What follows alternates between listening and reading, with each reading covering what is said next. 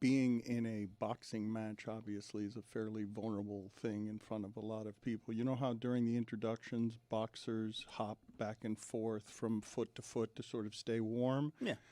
Mike Ryan's been doing that all morning, and I think it's just because he's so polluted that he's trying to get all the liquor out from this weekend. I don't think he's going to make it to tonight. I think he's going to get there crawling. Lucy might be hurting too, but that might just be because she's back in Miami and doesn't like being here. No comment. Mike, what was your weekend like? Fantastic, Dan. It's been great. Playing host, college football world here. I just hope they take it easy on us. It's, greatest team of all time. I said a lot of prayers last night, hoping that we can just stay in this, make it a 4-quarter game. I just saw on my TV screen on Get Up, I saw the question. It was on the graphic. Does home field advantage matter for Miami? What kind of question is that?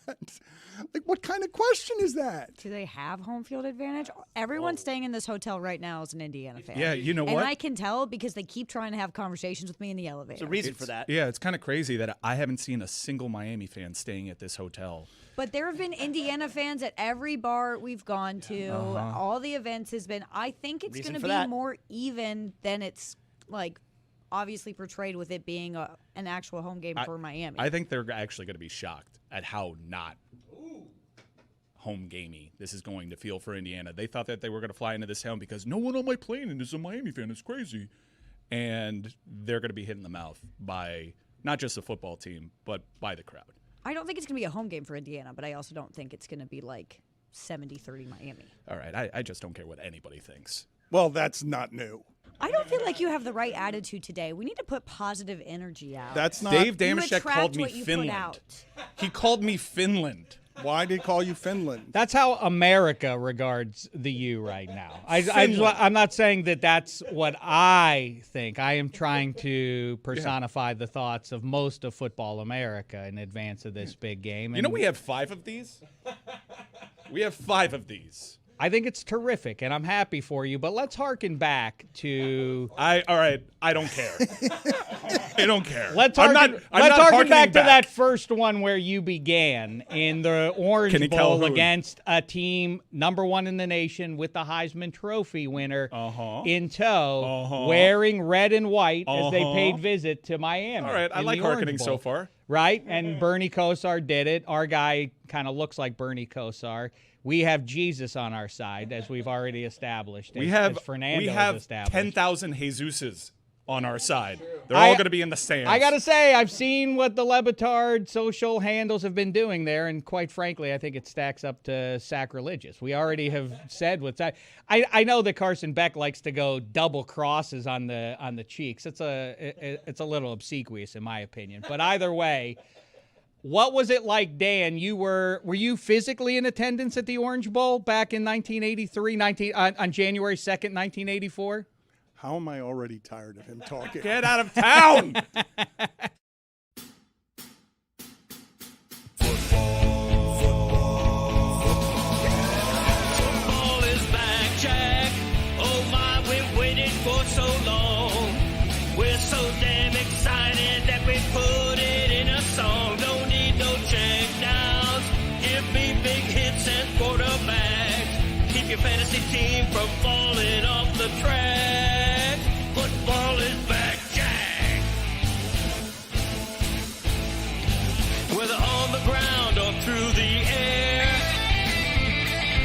when the chips are down and you throw a prayer, when your team is primed and on the hunt, it's 4th and 10, you refuse to punt.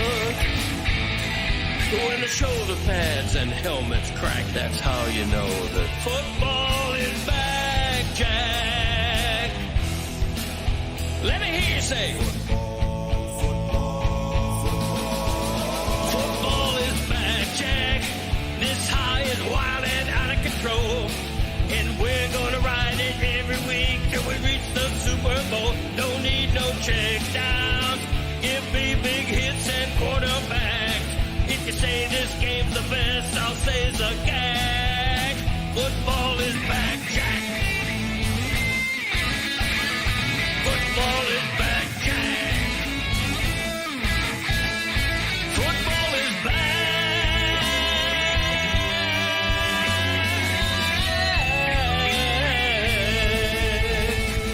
Football is back, Jack. Fake break camera show. Bro, we only got 30 more minutes. Fake break camera show. They don't got the energy we got, bro. They don't want it how we want it, bro. Por tu madre. Biggest game in 20 years. Cookies, always cookies. Them boys ain't work how we work. They ain't feel how we feel. They ain't cry how we cry, gang. Hello. Guess where we're doing the party? We're doing it at Bird Bowl. Let's go! Aquí vamos a ver de verdad quién es el cubano arrepentido. Do what now? How Cuban are you, okay? Is talco and baby powder the same thing? Yes, you doofus. All right. What kind of Cuban are you? Smart money's right here. Put your life savings on the Kings. Oye, los huracanes. Stop being a homer, bro. I love you, Miami. Billy Corbin. Fake break camera show.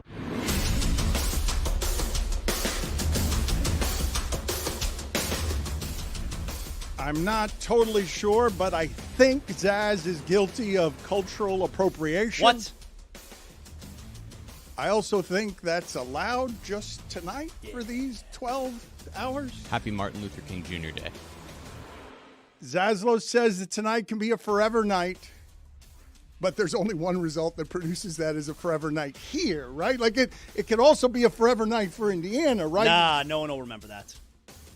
I don't think you have that accurate. We've got our biases here. If anyone's just listening to the show, they don't understand how Miami is between a 7.5 point or an 8.5 point underdog.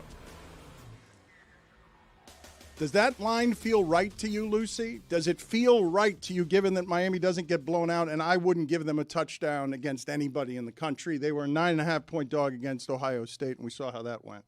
I would say that it felt right originally in the aftermath of what Indiana did to Oregon, because that was such a beatdown and Indiana looked so dominant. Obviously, the line has dropped. I think that's an appropriate reaction because, like, it is in Miami's home stadium. Like, this is... I think it's going to be closer than people realize, but I also understand that if you have most people are just watching Indiana for football for the first time ever. The first time they saw Indiana play was against Alabama. Including Indiana fans. And so you're most likely looking at those two results and saying, this is the best football team I've ever seen in my life, where Miami has had, looked great in the playoffs, but they're not playing games like that. So I think it's just sort of an overreaction without the context of what Indiana has looked like this whole year, where people are talking about them, and something we sort of talked about before the show of like the greatest team ever. If you watch them this season, they had a lot of close games that could have gone another way. One of them you were at, I think, at Iowa. Were you not at that? We did not go to that one, but that one was their closest. If my sweet Mark Gronowski had not gotten hurt, Indiana would have a loss. That hurt a lot. We played a lot better than them, but it's cool. I've gotten over it. It's fine. How shook is Indiana going to be when the Canes go up 14-0? That's how you have this going. Indiana's president, Pamela Whitten, has said, What'd she say? Not shocked or surprised by this season. Come on, lady.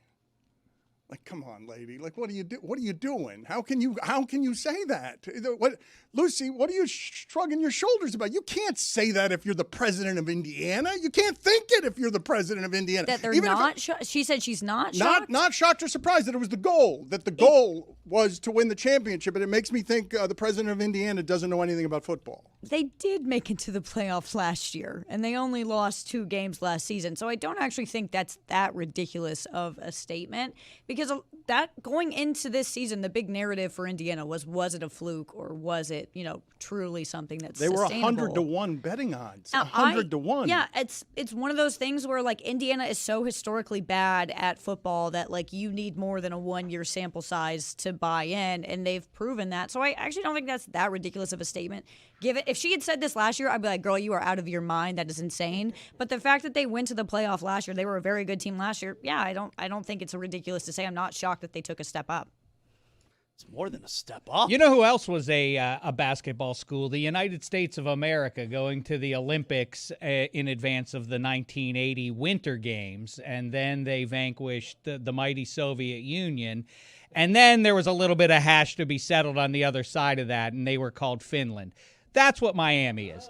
The basketball school that is Indiana University is now the feel-good story of these United States, all of football America, save perhaps Florida Gator alum Zaz and some of his pals down here in South Beach are rooting for the team wearing orange. Otherwise, you are Finland to the rest of football America. You are in the way of the final chapter of the feel-good story that is the Indiana Hoosiers, led by Fernando Mendoza and Coach Sig from Pittsburgh, PA. I like how Dave thinks I have friends in South Beach.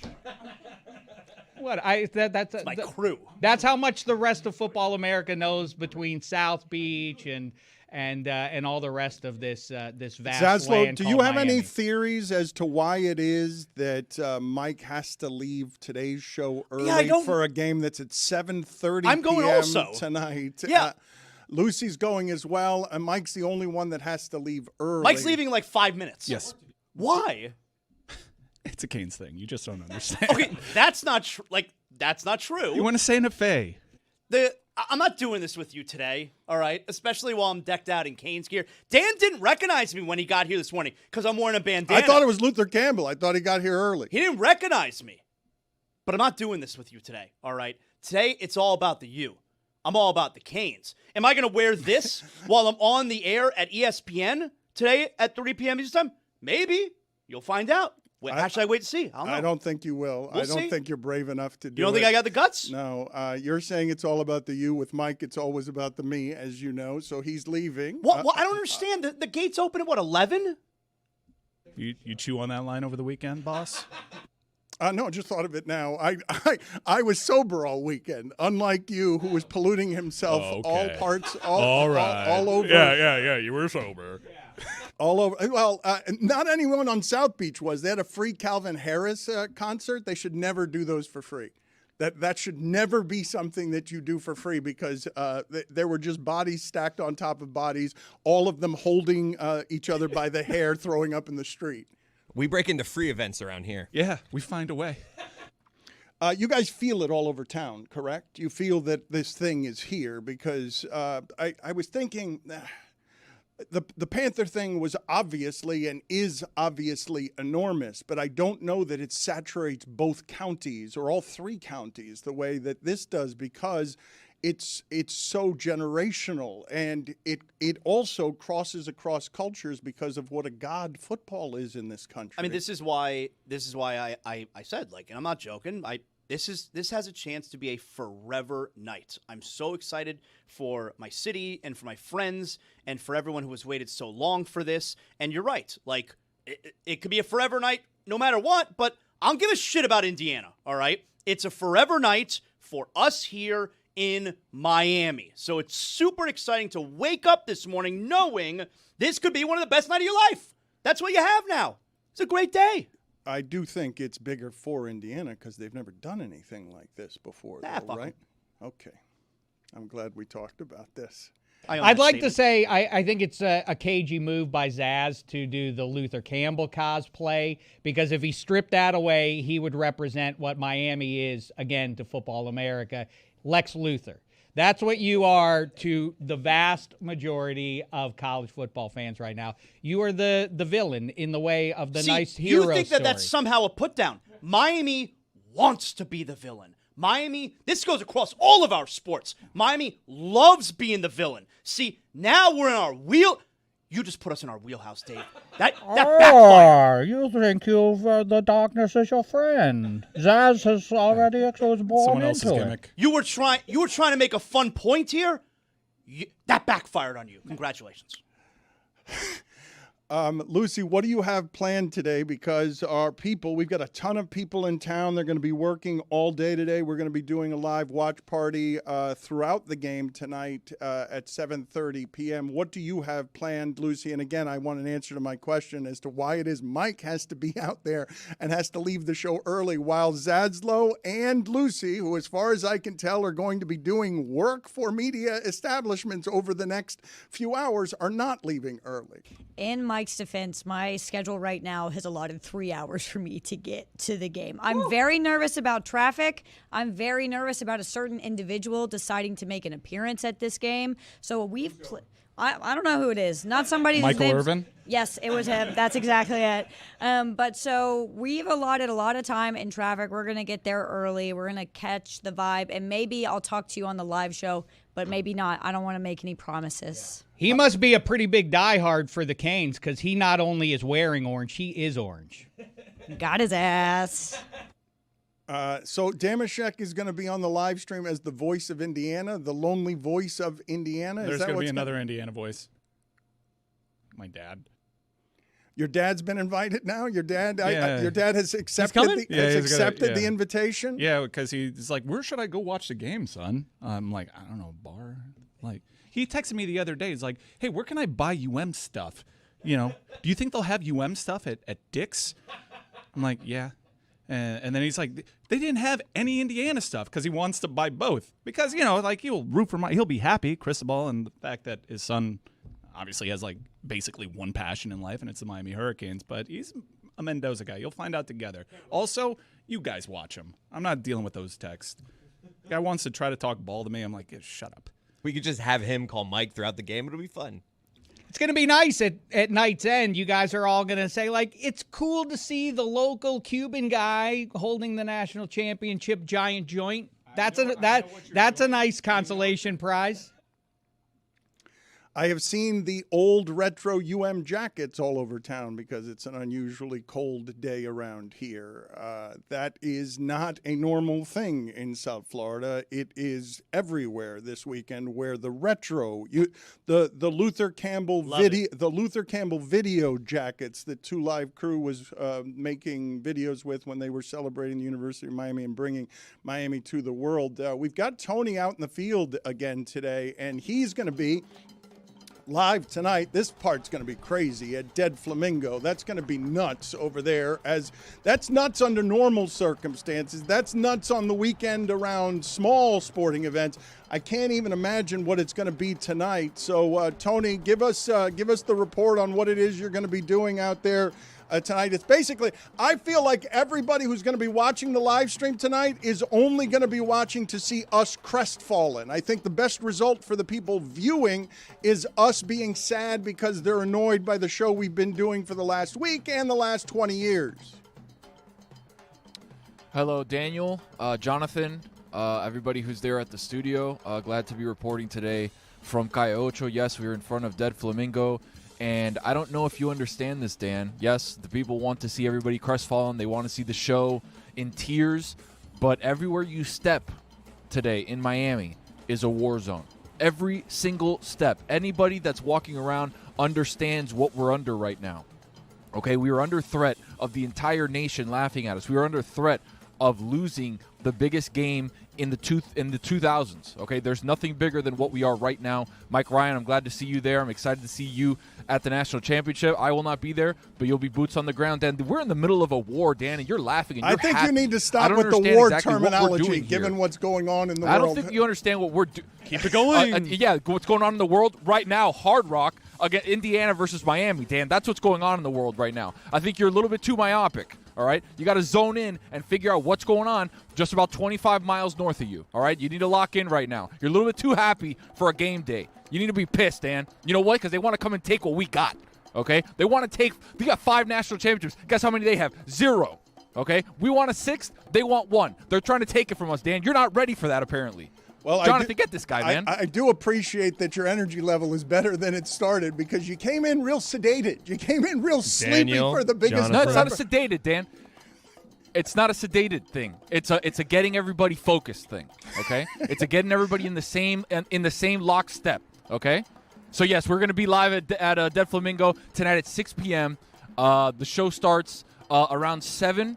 And then the game starts at 7:30. We'll be rocking here. Just on an MMA nights, this place is absolutely packed and slammed. Tonight, there's probably going to be an overflow. We got things in the back here. Gaiocho is going to be absolutely lit. From there, I'm bringing my cazuela with me, okay, to have it on deck so then we could just go and party once we take that ass. Okay. Oh, it's my gimmick, there but you it can is. use it today. He's borrowing it today. Okay. Thank you, Tony. No, finally you show up. Finally you show up. Zaz, where you been? I just asked you for 3 times to get this guy under control, and you've been silent like a mouse. Show Where you started been, 20 buddy? minutes ago. You can't carry a segment on your own. We can throw it to you for 2 minutes. You're asking for my help? I can't. Because you're part of the team, no? I am part of the team. The show started 20 minutes ago. Okay. I gave you a platform so here. when I throw you an alley-oop, you slam it down on Dan's head. How about That's you how we do this How here. about you handle your business? Buddy, I have been. I'm here, 10 toes down, in the streets right now. Boots on the ground. Okay? It's a You're war. you're sat up. Okay. You're All right. sat up with, I don't even know what you look like today. right. You know what? Are you wearing a Guayabera today? You know what I locked look in? like. You know what I look like. Unfortunately. Okay, that's enough. Settle down, boys. It's too early for that. Pace yourself the way that Tony did at the beginning of the Let's segment go. by sounding sedate. Let's go. All right. Let's go. All right, get to La Casa de los Trucos, please. I want a live What? hit. Okay. I want a live hit from La Casa de los Trucos, the most famous and oldest Again? costume shop in America. You think they're going to be open this time? Yes, 10 a.m. they open. They are. They told me 10 o'clock. I asked them Yep, to open 10 a.m. early for Tony. Yes, they're going to be open. I want Tony in costume. Get over there, and he'll be tonight. He'll be at the Dead Flamingo if you want to spend any time with Tony. The show will be out there. The show is going to be in a lot of different places tonight. Lucy, are you feeling confident in the Wi-Fi? Because we're going to be getting reports from you and Mike and Zaz, Wi-Fi permitting, but I don't have confidence in the Wi-Fi. Put on the poll at Le Batard Show. Do you ever have confidence in the Wi-Fi if you're trying to use it at a stadium full of people? No, that's why I said maybe, because I don't want to make any promises that I can't deliver. And I know that everyone's like, I wasn't going to tune into the live stream, but now that Lucy's there, I'm absolutely going to. True. But now they're not going to come because they've heard about the Wi-Fi. I'm really sorry. I've just ruined this whole thing. Everyone going to the game is terrified to reach out to us during it. My dad's going. I'm like, you going to check in with us? He's like, I got an email that we can't. I'm like, what about just call us? I think the only thing we're going to get from people in the stadium is a phone call. I don't think they want anyone doing any kind of live hit to join us. So if we get people, it will be via phone only. I think Lucy got in trouble one time. I don't know what stadium she was at, but all of a sudden one of our former employees was flying a drone, and that was like, it's illegal NCAA airspace, and we got into all sorts of trouble because we were flying a drone around. Well, yeah, that broke like federal law. That was different. We're not bringing a drone to the national championship game. I want to make that very, very clear, but you How also... about a plane? I want to bring a plane to the national championship game. Can we bring a plane? I'd like to use a plane and fly it around the stadium. We'll work on it. The way you use your money is so weird to me. Our money. It's our money. You sound like my family. Let's fly. We're going to fly a plane at some point this evening. I want to talk about some of the sports stuff, though, and without getting too heavy in the analysis, I wanted to ask you guys for your opinion. Mario Cristobal said something that I agreed with. It's not just because I'm biased, though I can be accused of it. At the end of the Ole Miss game, Miami secondary was super depleted, injured guys, and Xavier Lucas had left the game for a really questionable targeting call. And Mario Cristobal is saying correctly, the idea that Lucas can't play the first half of this game when that questionable call, which was clearly done without intent at all, Zaz, like obviously not intent. And I don't know, I saw in the Bills game that we're going letter of the law on rules, and there's no reason to have arbiters if you're going to do it that way. If you're going to do everything by letter of the law, there's no reason to have human beings applying subjective logic to something we all saw was a catch that turned into an interception. But Xavier Lucas lost the last half of that game. Miami secondary was a mess in the fourth quarter, like confused timeouts, because they had a bunch of guys out there that aren't used to playing. And I think Mario Cristobal is right when he says it's wrong that Xavier Lucas has to sit out the first half of a championship game for something that was just a decision made in a moment, and the receiver put his helmet down and it got him hit in the head. The thing with targeting is, like, if you have a hit like that, I think a 15-yard penalty is fine. But the way I feel like you have to look at it is like the way the government looks at, like, is it art or is it porn? Like, you know, when you see targeting and you're like, oh, that was bad. That was a hit you shouldn't have made. That was worth a potential ejection. I think that hit was not worthy of that. I think that hit should not prohibit anyone from playing in the national championship game. So I think you just have to adjust how you look at it. I hate the targeting rule. Like, I think Lucy's right. It's a 15-yard penalty, and 15 yards is a very punitive penalty. And then we're throwing him out not just for the rest of that game, but also the first half of the next game. I mean, if there's no way that you could say that he did it on purpose. Maybe you think so. There's no way to know. And so you get the penalty. and you essentially get a suspension. I hate it. It doesn't seem fair. That's per Ian Rappaport. The Bills are moving on from head coach Sean McDermott after their loss in the divisional round to the Broncos. Not surprising. No, they had to. Not surprising. a lot of wins on that resume. He's probably the winningest coach over that period, I would think, because you guys have seen the stats over the last 6 years, right, on the Bills. Over the last 6 years, the Bills are number one in points scored, number one in least points allowed. That makes them number one in point differential, but it's not just number one in point differential. They're plus 900 in point differential. No one else is plus 600 in point differential. That's crazy. More on that on Friday. Well, they just did the breaking news thing. I know, yeah. It was worth mentioning. Nothing stopped. Nothing You got stops. me for 15 more minutes. No, don't threaten us. Yeah. Why were Big Ten officials doing the Fiesta Bowl? Because that game was going to determine who was playing a Big Ten opponent.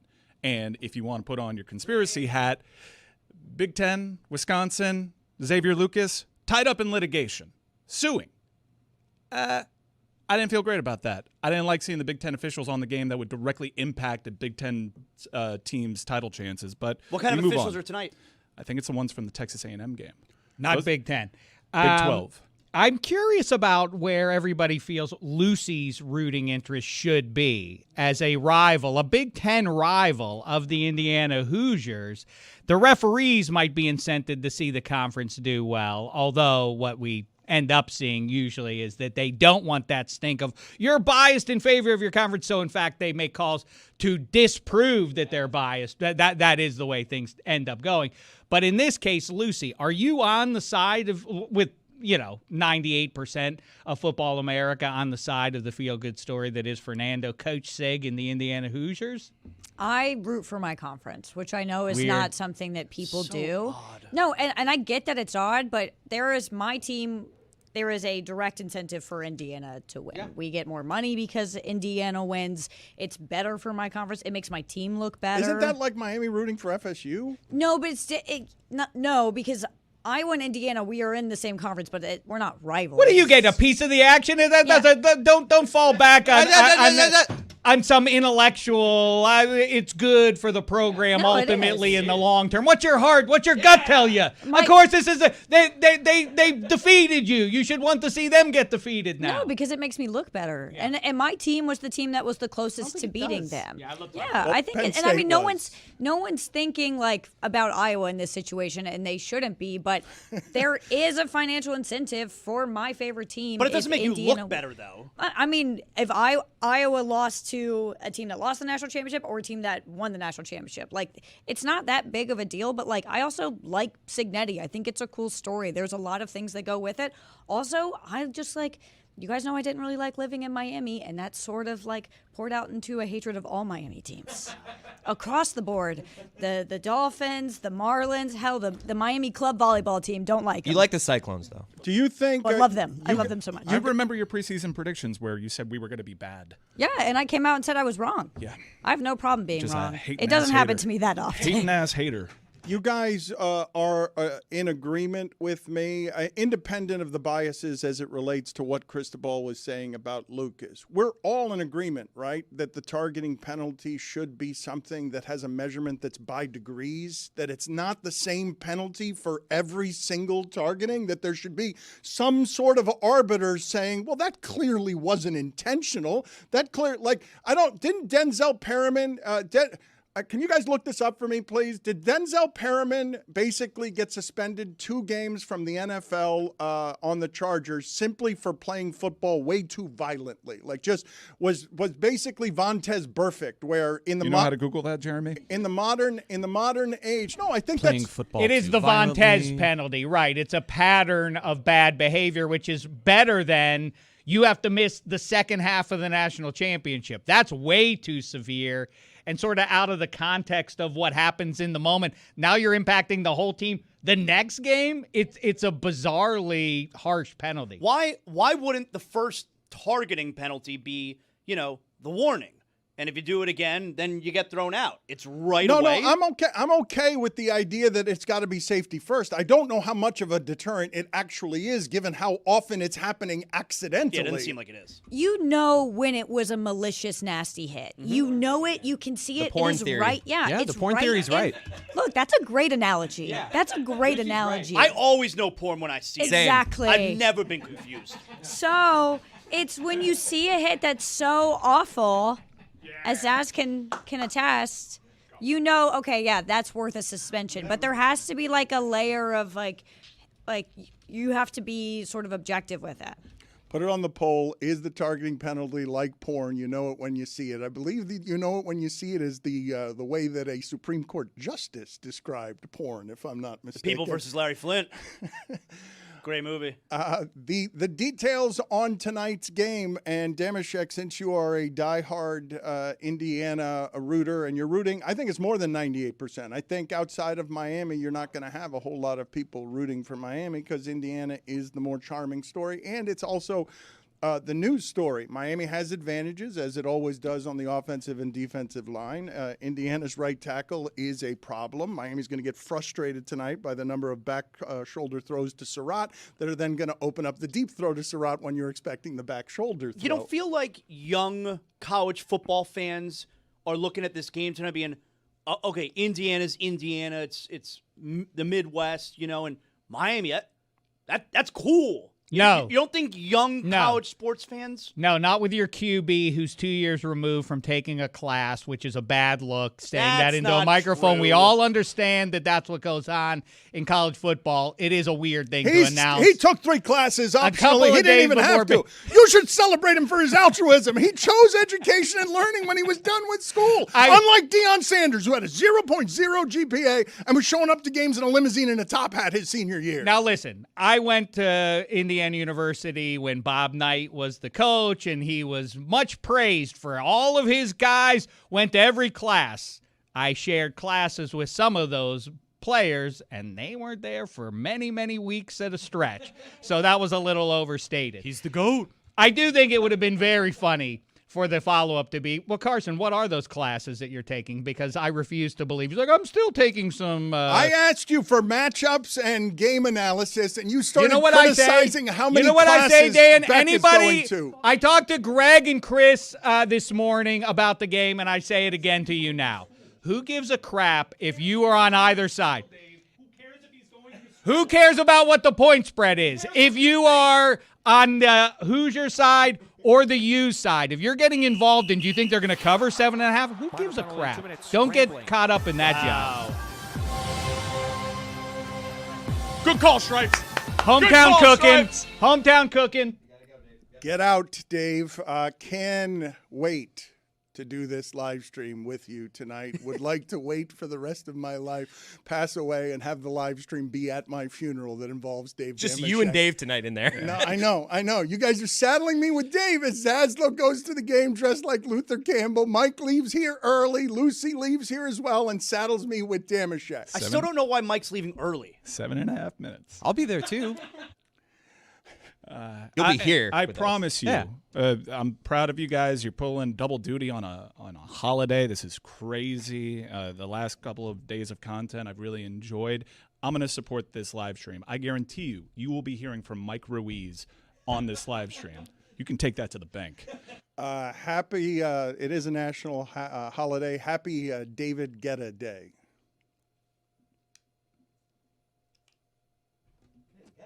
Thank you. And I made a special record. So this record is in honor of George Floyd.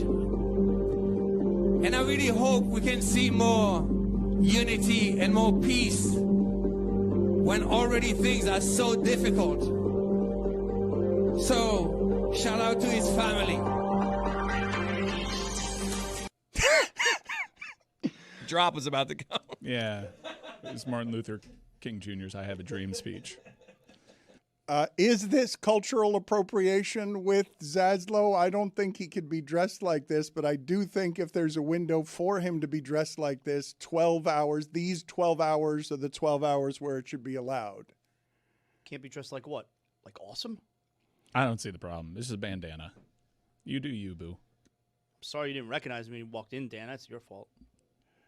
You guys didn't give me the game analysis I was looking for, Lucy or Mike. Mike, by the way, I haven't been asked. Kane's inside. I asked a targeting question. I haven't been asked my opinion on this game or how it's going to go. Mike, what's your opinion? How's it going to go? We know how 5 minutes. We know how you think it's going to go. Kane's Insight is live all the time, burping out an immense amount of content. If you are a Hurricane fan, Mike is one of the owners of Kane's Insight. So give us your best couple of minutes based on everything. Nonstop over the weekend, Kane's Insight was belching out exhaust on this game. Right. So here's how I think the game's going to go. I had a bold prediction that the line's going to fall down before the game. Right now, last numbers I saw, 78% of the betting public is on Indiana. Who cares about that? Let's talk X's and O's and Jerry's and Joe's. Miami outweighs that defensive line that doesn't have any depth. Go on. By like 50 pounds. Miami runs a duo. Indiana runs stunts. Go on. Miami's going to average at least 4 yards a rush. Miami matches up really well here. I think Miami's going to go on 14-play drives. I think Miami's going to lean on these guys. They present a matchup problem that they haven't really encountered, and I think we're going to see a team wear out over the course of the game. Think back to the Carson Beck touchdown run. Look at number 51 on the ground for 7 seconds. That's what it looks like, and it's going to look like that again. I feel really good about this game. I feel better about this game than I felt the last game. Now, I have tons of respect for Indiana. I think the quarterback is fantastic. I think they have 3 receivers. I think Charlie Becker's been unbelievable down this stretch. I love their offense, full passing concepts out of RPOs. This is not like a sideline throw. They're running routes on RPOs, and Mendoza is extremely accurate. I'm a little worried about Xavier Lucas not being there early on because you're going to need to be physical with these receivers, especially Surratt because he's a ball winner. I think Indiana's going to know right away they're in for a fight, and I think Miami wins. Go Canes. Yeah. Jeremy, update a couple of the things that we were talking about over this hour, please. Denzel Perriman was suspended for 2 games for repeated violations of playing rules intended to protect the health and safety of players, and I know it when I see it was used in 1964 in the United States Supreme Court. Justice Potter Stewart described the threshold test for obscenity in Jacob Ellis versus Ohio. I'm really curious to see what Indiana's defensive line does. Because they do the same things Mississippi. They do the same things Ole Miss does with the stunts. And Ole Miss has a more talented D-line, I think. And got to the quarterback. More than I expected. Yeah, their pass rush was good. So, like, when you're stunting, running up a team that runs the type of tight splits that Miami does, it's a little bit more complicated, especially when that team is so beefy and big. So are they going to change up what they do? Or are we going to break Indiana's tendencies? Or are they going to trust that and think that if they get a stop early or Miami has a procedural, they can get them in like a 3rd and long situation, dare Carson Beck to be the guy? I think styles make fights, and this is a really good matchup, and it's going to be a difficult one for Indiana, I think. Carson Beck is in his 7th season, and I did think, Lucy, you tell me if I have this wrong. The reason I was surprised at the amount that Ole Miss got to the quarterback is because I thought Carson Beck was allowed all season to play a game differently than most quarterbacks where he has a pocket. He has a clean pocket often. I'm almost always surprised when he doesn't have a clean pocket, and I'm certainly surprised when someone comes straight up the middle and sacks him. I thought Carson Beck played, obviously, a great season outside of that Louisville game, but I also thought he had advantages most quarterbacks in the sport don't have. He had an inordinate amount of time to make his decisions. That is one of the best offensive lines in the country. Like, it's very clear that's a Mario Cristobal offensive line right there in front of you. I think that's a lot of what this game is going to come down to is, can Indiana make Carson Beck uncomfortable? Because I agree with you. I thought Ole Miss did a better job than I expected them to do of putting Carson Beck in difficult situations. But that offensive line is so good. And I genuinely think that is sort of like the key to this game for Miami, because I don't think it's going to come down to Carson Beck. I think it's going to come down to how you run the ball. Carson Beck is a very smart quarterback. Aiden Fisher is a former quarterback and incredibly smart, knows exactly where to be at all times. The pre-snap battle of minds between Carson Beck and Aiden Fisher will be really good. Also a player to watch, a South Florida guy who knows all about Malachi Toney. I'm very curious where D'Angelo Pons lines up. He's one of the best corners in the nation for a 5'9" guy. Guy just does not miss tackles. Is he going to line up against Malachi Toney? If you're familiar with Malachi Toney's rise throughout South Florida sports, those two guys know all about one another. Can't wait for this game. Go Canes. 1 minute. Narratives. Just go ahead and leave now. Then 1 minute left with Mike. Take advantage of the minute. Let that be his last words. I can't wait for this game. Go Canes. He's not going to do better than that. I still don't understand why he has to leave early. Why the other people working the game, like Lucy, has carved out 3 separate hours to get to the stadium. Zaslo's going to go at what time? At what time are you going, Zaz? I'm going to leave after the show. Yeah, at a reasonable time. But Mike has to leave right now so that he could start his tailgating right now. Darth Vader's trying to get in Skywalker's ear. You're the evil empire. Beat it. You're the. I will be beating it. The number 6. Go Canes! We didn't always get an have answer. Fernando. We didn't get an answer as to why he's Thanks, leaving Master. early. Thank you, Master, for all of your good work. Bye, Master. He was the get back coach on Mike. He kept him away from killing Dave Damashek. We hired him for the day, human resources, to protect us from having blood on the carpet.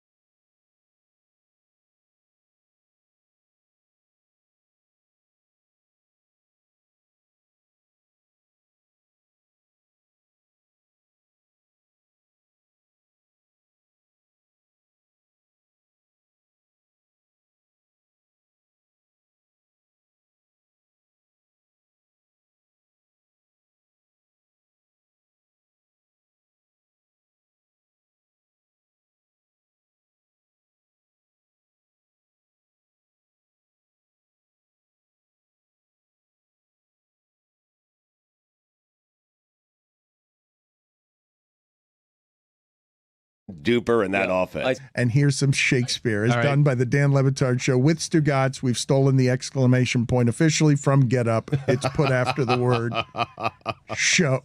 So this is Act 1, Scene 2 of Macbeth. The stage instructions are: a camp near Fours. Alarum within, enter Duncan, Malcolm, Donalbain, Lennox with attendants, meeting a bleeding sergeant. I don't even know what that means.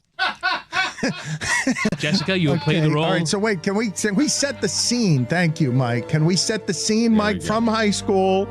Can you give Chris Cody his motivation on, because he didn't even understand what Whittingham. Am I happy? Like what? Am I like distressed? In what condition does the distressed?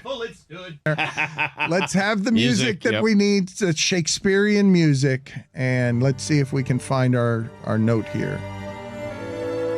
What bloody man is that? He can report, as seemeth by his plight of the revolt, the new estate. This is the sergeant, who like a good and hearty soldier fought gainst my captivity. Hail, brave friend! Say to the king the knowledge of the broil, as thou didst leave it. So true. Doubtful it stood, as two spent swimmers that do cling together and choke their art. The merciless MacDonald, worthy to be a rebel, for to that. The multiplying villainies of nature do swarm upon him from the western isles. Of kerns and Gallowest glasses is supplied, and fortune of his damned quarrel smiling. Showed like a rebel's whore. Showed like a rebel's whore. But all's too weak for brave Macbeth. Well, he deserves that name. Disdaining fortune with his brandished steel, which smoked a blood with bloody execution. What? Yes. Like Valuor's minion carved out his passage till he faced the slave. I feel your distress. I really do. Which ne'er shook hands nor bade farewell to him till he uniseamed him from the nave Rolling. Don't let them deter you. to the chaps and fixed his head upon our battlements. O valiant cousin, worthy gentleman. As whence the sun gins his reflection. You missed your cue. Shipwrecking storms and terrible thunders break. So from that spring whence comfort seemed to come. Wait a minute. There wasn't a question mark there. Discomfort swells. Mark, King of Scotland, Mark, no sooner justice had with valor armed. Oh, you think he's done? Humbled these skipping Compelled. these skipping kerns to trust their heels. Not compelled. We need compelling. But the Norwegian lord surveying vantage. Which is it? Furbished arms. Vintage or vantage? And new supplies of men. All right, we've begin a fresh assault. We've tested his Hey, endurance. not this! Our captains, Macbeth and Banquo? And scene. You almost made it to the finish line. You started leaking confidence. It was not unlike the race outside in Freedom. You were very confident for a moment, and then you fell at the finish line. But Showed his long track. Excellent, Chris. Excellent. Vintage, vantage. Long white crap. Coppled, compelled. Mike goes to Vegas, gets drunk, and Roy has to finish his hockey segment. Mike Ryan has landed in Vegas.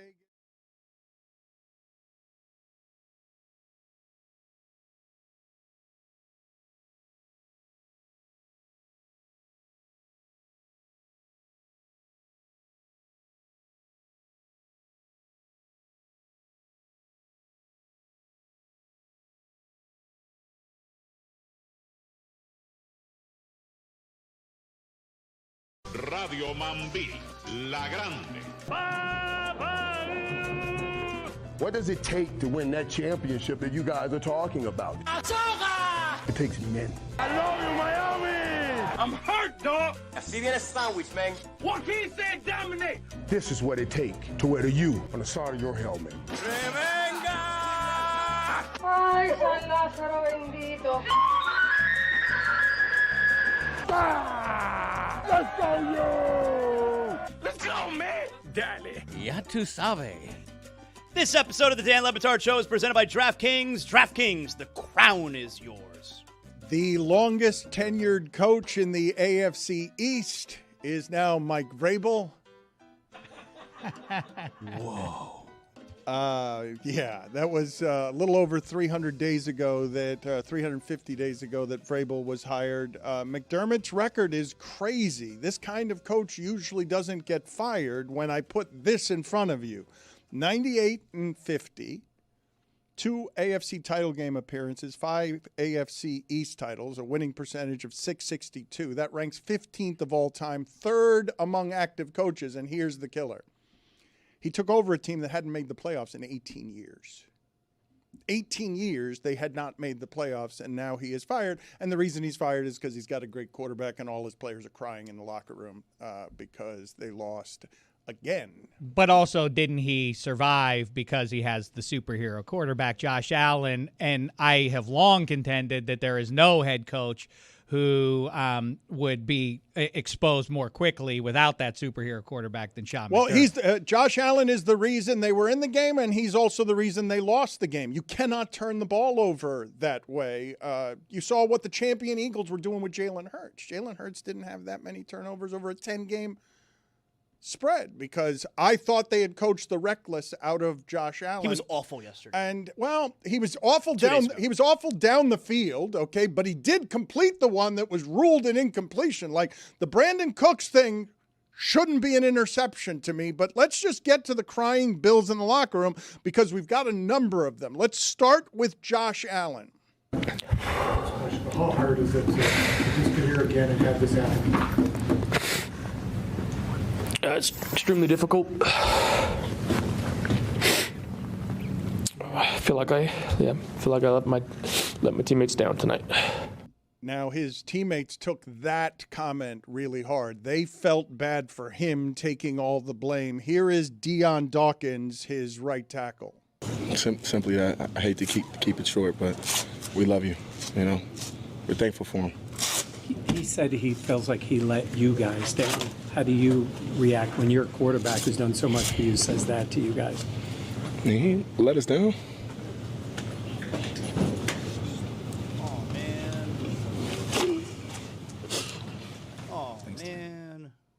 And here is Brandon Cooks, who has been with the team all of 6 weeks. It looked so heavy on him. I mean, emotional, just coming out to the podium. Yeah. What was it like seeing him like that?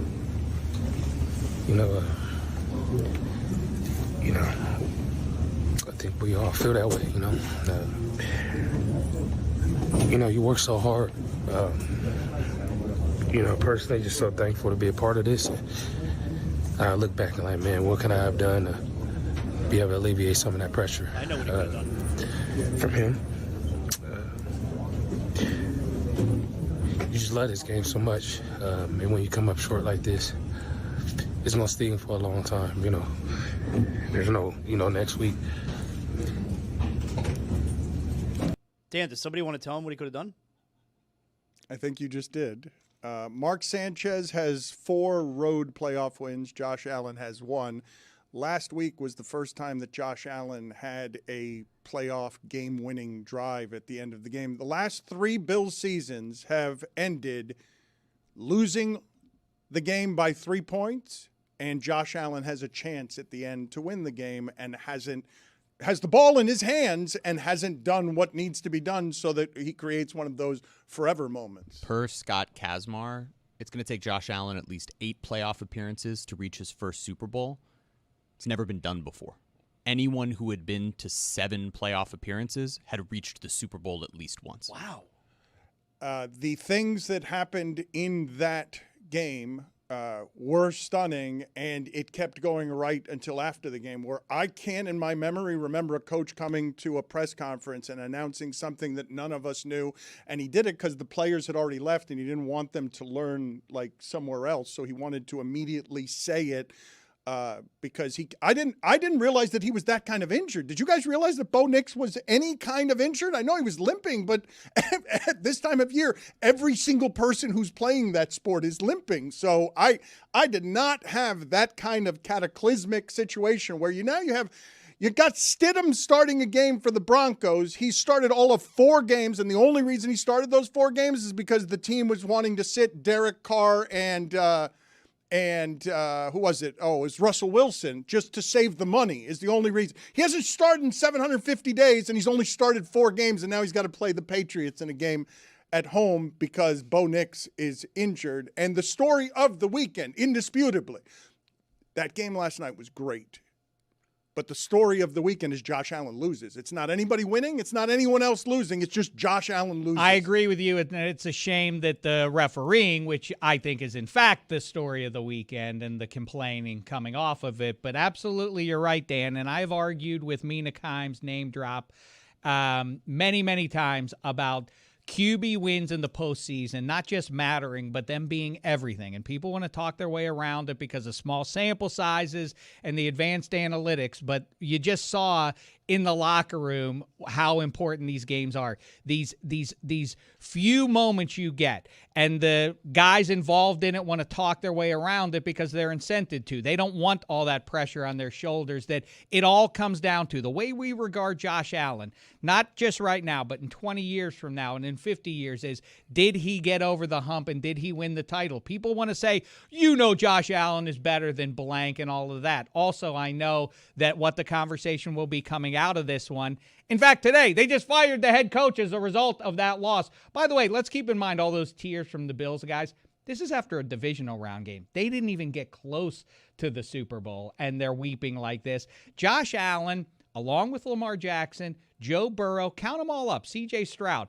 The idea that Dan Marino is a one-off, the only guy never to get a Lombardi, Marino Island is now going to be overrun over the next decade with these high-end quarterbacks who may get a gold jacket but ain't going to get no Lombardi. Some of this stuff can be random, right? Drake May has more fumbles than anybody who plays quarterback, but you've got to lose the fumbles, and you got to lose the games for people to remember. C.J. Stroud just had a disaster playoffs that no one's ever had. That many fumbles in the first game. No, but no one's ever had. No quarterback has ever had the last 2 games in the playoffs that C.J. Stroud had, where he's got 5 fumbles in the first game. He's turning the ball over like a lunatic over the weekend. Did he get 7 turnovers in the 2 playoff games? What? Well, he didn't lose a couple of the fumbles because that was happening. That's happened a lot to Drake May, and it's going to happen to him against Denver because that pass rush is going to get to him. But the thing that happened in the Broncos-Bills game, never mind the officiating for a second, okay, even though pass interference makes me crazy in that sport. All of these teams are trying to get 4 yards, dying to get 4 yards, and then every once in a while you just chuck it up and get 45 of them. It's dumb. Like it's the worst penalty in sports. And then, put it in the hands of an old guy running next to the play. That's a good idea. Why does college have it right and the NFL doesn't? If you go back to 15, then you have guys that'll just be, it's a 40-yard pass. I'm just going to hit him. Okay, whatever, but you're assuming that he's going to catch the ball, and now you just ended that team's season by making it a spot foul because you're sure he would have caught the ball. On a call, by the way, which is subjective. Should it be like porn? I don't want to see it. You just judge it? You're like, that one feels like a 20-yarder. There was another pass interference that should have been called on a Brandon Cooks play that wasn't. There is some randomness to the Bills losing that game, but this part's not random because he didn't have the receivers this year. On deep passes, Bo Nix was 3 for 4 for 80-plus yards and 2 touchdowns. Josh Allen was 0 for 9. Just couldn't do anything down the field. Against Jacksonville, they kept asking him to be Superman, and he was, and it was a big ask to ask him to do it again. But he had the ball in overtime. He had the ball toward the end of the game in moments matter, in the moments that mattered, and he didn't make the plays that you remember. So what you're going to remember from that game is him crying in the or crying at the press conference afterward because he clearly cares and he's clearly broken, and now he's got the stigma on him of he can't win that one. That's on him now. And I don't think that's real based on what I saw yesterday. He made the throw that Brandon Cooks has to make the catch on so they get the field goal and win the game. He also missed a couple. In regulation, he had Brandon Cooks and he had Kincaid as well. And yes. Underthrew a guy too. Look, I love Josh Allen. He's great. Why do you love Josh Allen? Because I wish I had him. Are you kidding me? Drake May had 4 fumbles yesterday. Nobody will remember it. Chris has been seduced, as so many have, like a lot of the talking heads we listen to, by the biggest brand names. And there's a momentum behind Josh Allen and Lamar Jackson and all of these guys. The fact is, though, that as Jeremy just alluded to with that number about the unlikelihood of Josh Allen ever getting to a Super Bowl now, the guys who go to the Super Bowl, I can keep pounding the table about this. This is not advanced analytics. This is readily available stuff. If I can tap into it, so can everybody else. The guys who go to the Super Bowl, the quarterbacks in the QB league who do it in this century, are the guys on their first contract who are the real deal. It's why I said Bo Nix or Drake May was going to the Super Bowl, and one of them will essentially go to the Super Bowl. And I said the teams with the buys are obviously going to advance. Is this I told you so? Listen to all the things I got right on Yes, Football that's America. exactly right. We don't need yes, that. That's exactly what I'm doing, We Dan. celebrate the things we get wrong around here, not the things we Josh get right. Allen That's is pardon the interruption. 8-7 in the postseason. Okay, 4 of those losses are to Patrick Mahomes. It's not a bad record, by the way. 8-7. No, in the postseason, it's pretty solid. You're playing the best teams, and you're over 500 in 15 perfectly games. Respectable record. And this last game, that's the first time in one of those losses where he's thrown multiple interceptions. It's not like he's been this dreadful quarterback always turning the ball over in those games. He's not the reason they lose. Like Lamar Jackson can be the reason that the Ravens lose in the playoffs. It's until yesterday or Saturday, it has not been Josh Allen as the reason why the Bills lost. But Zaz, this is the way this stuff sticks to you, okay? In the divisional round, Mahomes is 7-0. Josh Allen is 2-4. Like, that's how that stuff sticks to you. He plays in the era of Mahomes. Mahomes in the divisional round never loses that game. And Josh Allen loses it 3/4 of the time. Best thing that ever happened for Tom Brady was he was largely a passenger on the way to that first Super Bowl, and in fact, Drew Bledsoe does some of the heavy lift for him in that postseason. But he has that stink taken off of him before it ever even gets started by winning that Super Bowl against the Rams. That there is pressure. These guys have a different sense of self, different level of confidence than I'll ever have, and I'll always envy it because of their physical attributes. But they want to talk their way around the fact that that these moments have a massive amount of pressure on their shoulders. It is the curse of Sposta. Josh Allen knows he has to get it done. What? The curse of Sposta. When you're the guy, when you're the team that's supposed to get it done, there's extra pressure. What is the you. curse of Sposta? I've not heard that phrase before, and it did sound like it was curse of Spolstra. That's where we all went. What is that? Not Spolstra. No, I understand the confusion supposed down here. to. You're supposed to. When you have the curse of Sposta on you, it adds extra weight on your shoulders. You know have about a that crazy Sposta? vocabulary. Like a crazy vocab. Are you a word of the day guy? Minor penalty, 2 minutes for tripping the entire show. Damn, Machette, tripped the whole show? Yeah, we didn't know what you were talking about. Our penalties are oddly specific. The things that are random here that are interesting to me on postseason sample sizes, the Bears were the best defense in the league at causing turnovers this year, 33 turnovers. Didn't cause one in the postseason, not one. Caleb Williams, 7 times this season. He wins a game when trailing at the 2-minute warning. Not yesterday, even though he had one of the most amazing goal-to-go plays you will ever see in the history of the sport, running 26 yards backwards. I had the misfortune of seeing that play. Of hearing that play on the radio because I was driving. I had to get somewhere, and so I had to leave, and I didn't get to see the play. And it was Kevin Harlan and Ross Tucker. Must have been amazing. Well, it was amazing to hear them punctuate the entire play with Ross Tucker just screaming, "I love football!"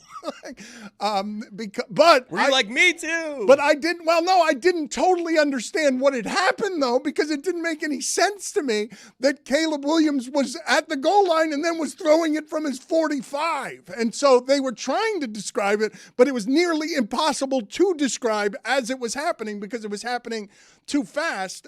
And then all of a sudden, who's in the end zone? Of course, we all had this. Cole Kmet.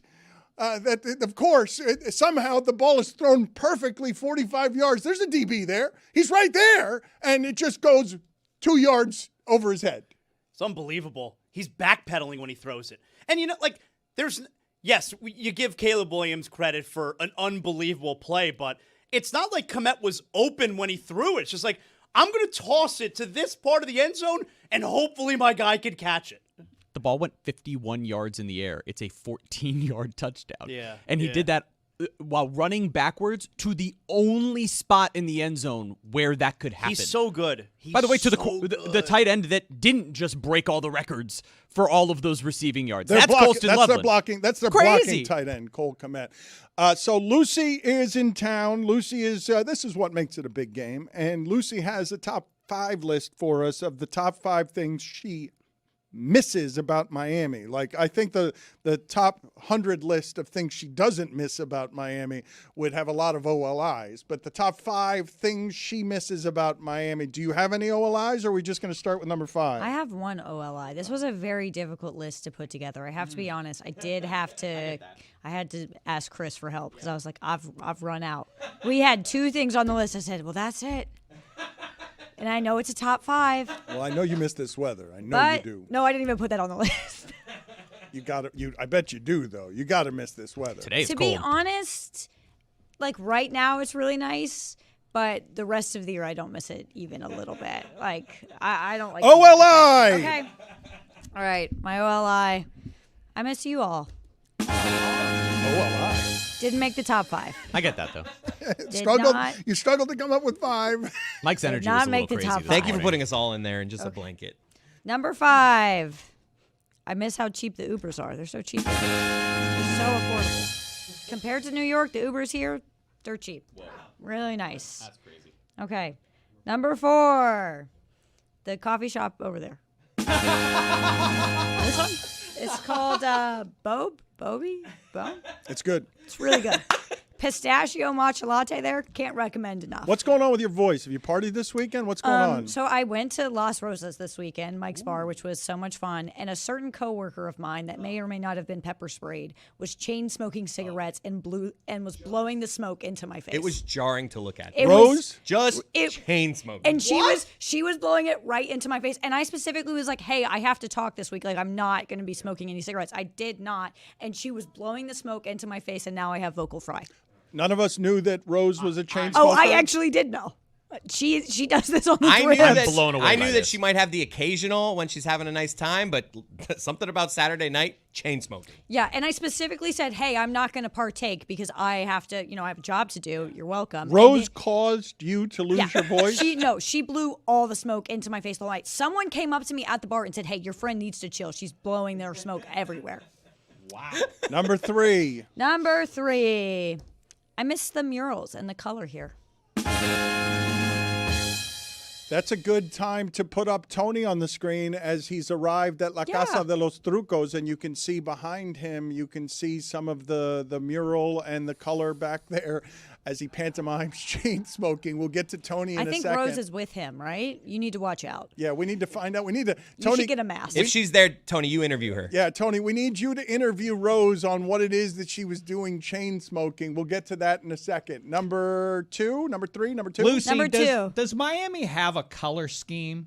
It feels it's like neon and bright, and I love those colors. It's very I really genuinely do miss it. It's a lot of pink and blue and green. Yeah, and they're bright. Pink is the color I most associate. Very, very, New Orleans has green, gold, and purple. Yeah, from Mardi Gras. Pittsburgh but Miami has black and gold. Is all just like really beautiful, bright colors, and I really like that. So, and that's genuine. Art Deco pastels. Number 2. Number 2, babysitting Mike Ryan's daughter. Love her. She's such a good time. She was pretty much my only friend here, which is kind of why I had to leave. It was part of the problem. But she's delightful. We never hung out. Yeah, that's true. And number 1, ready?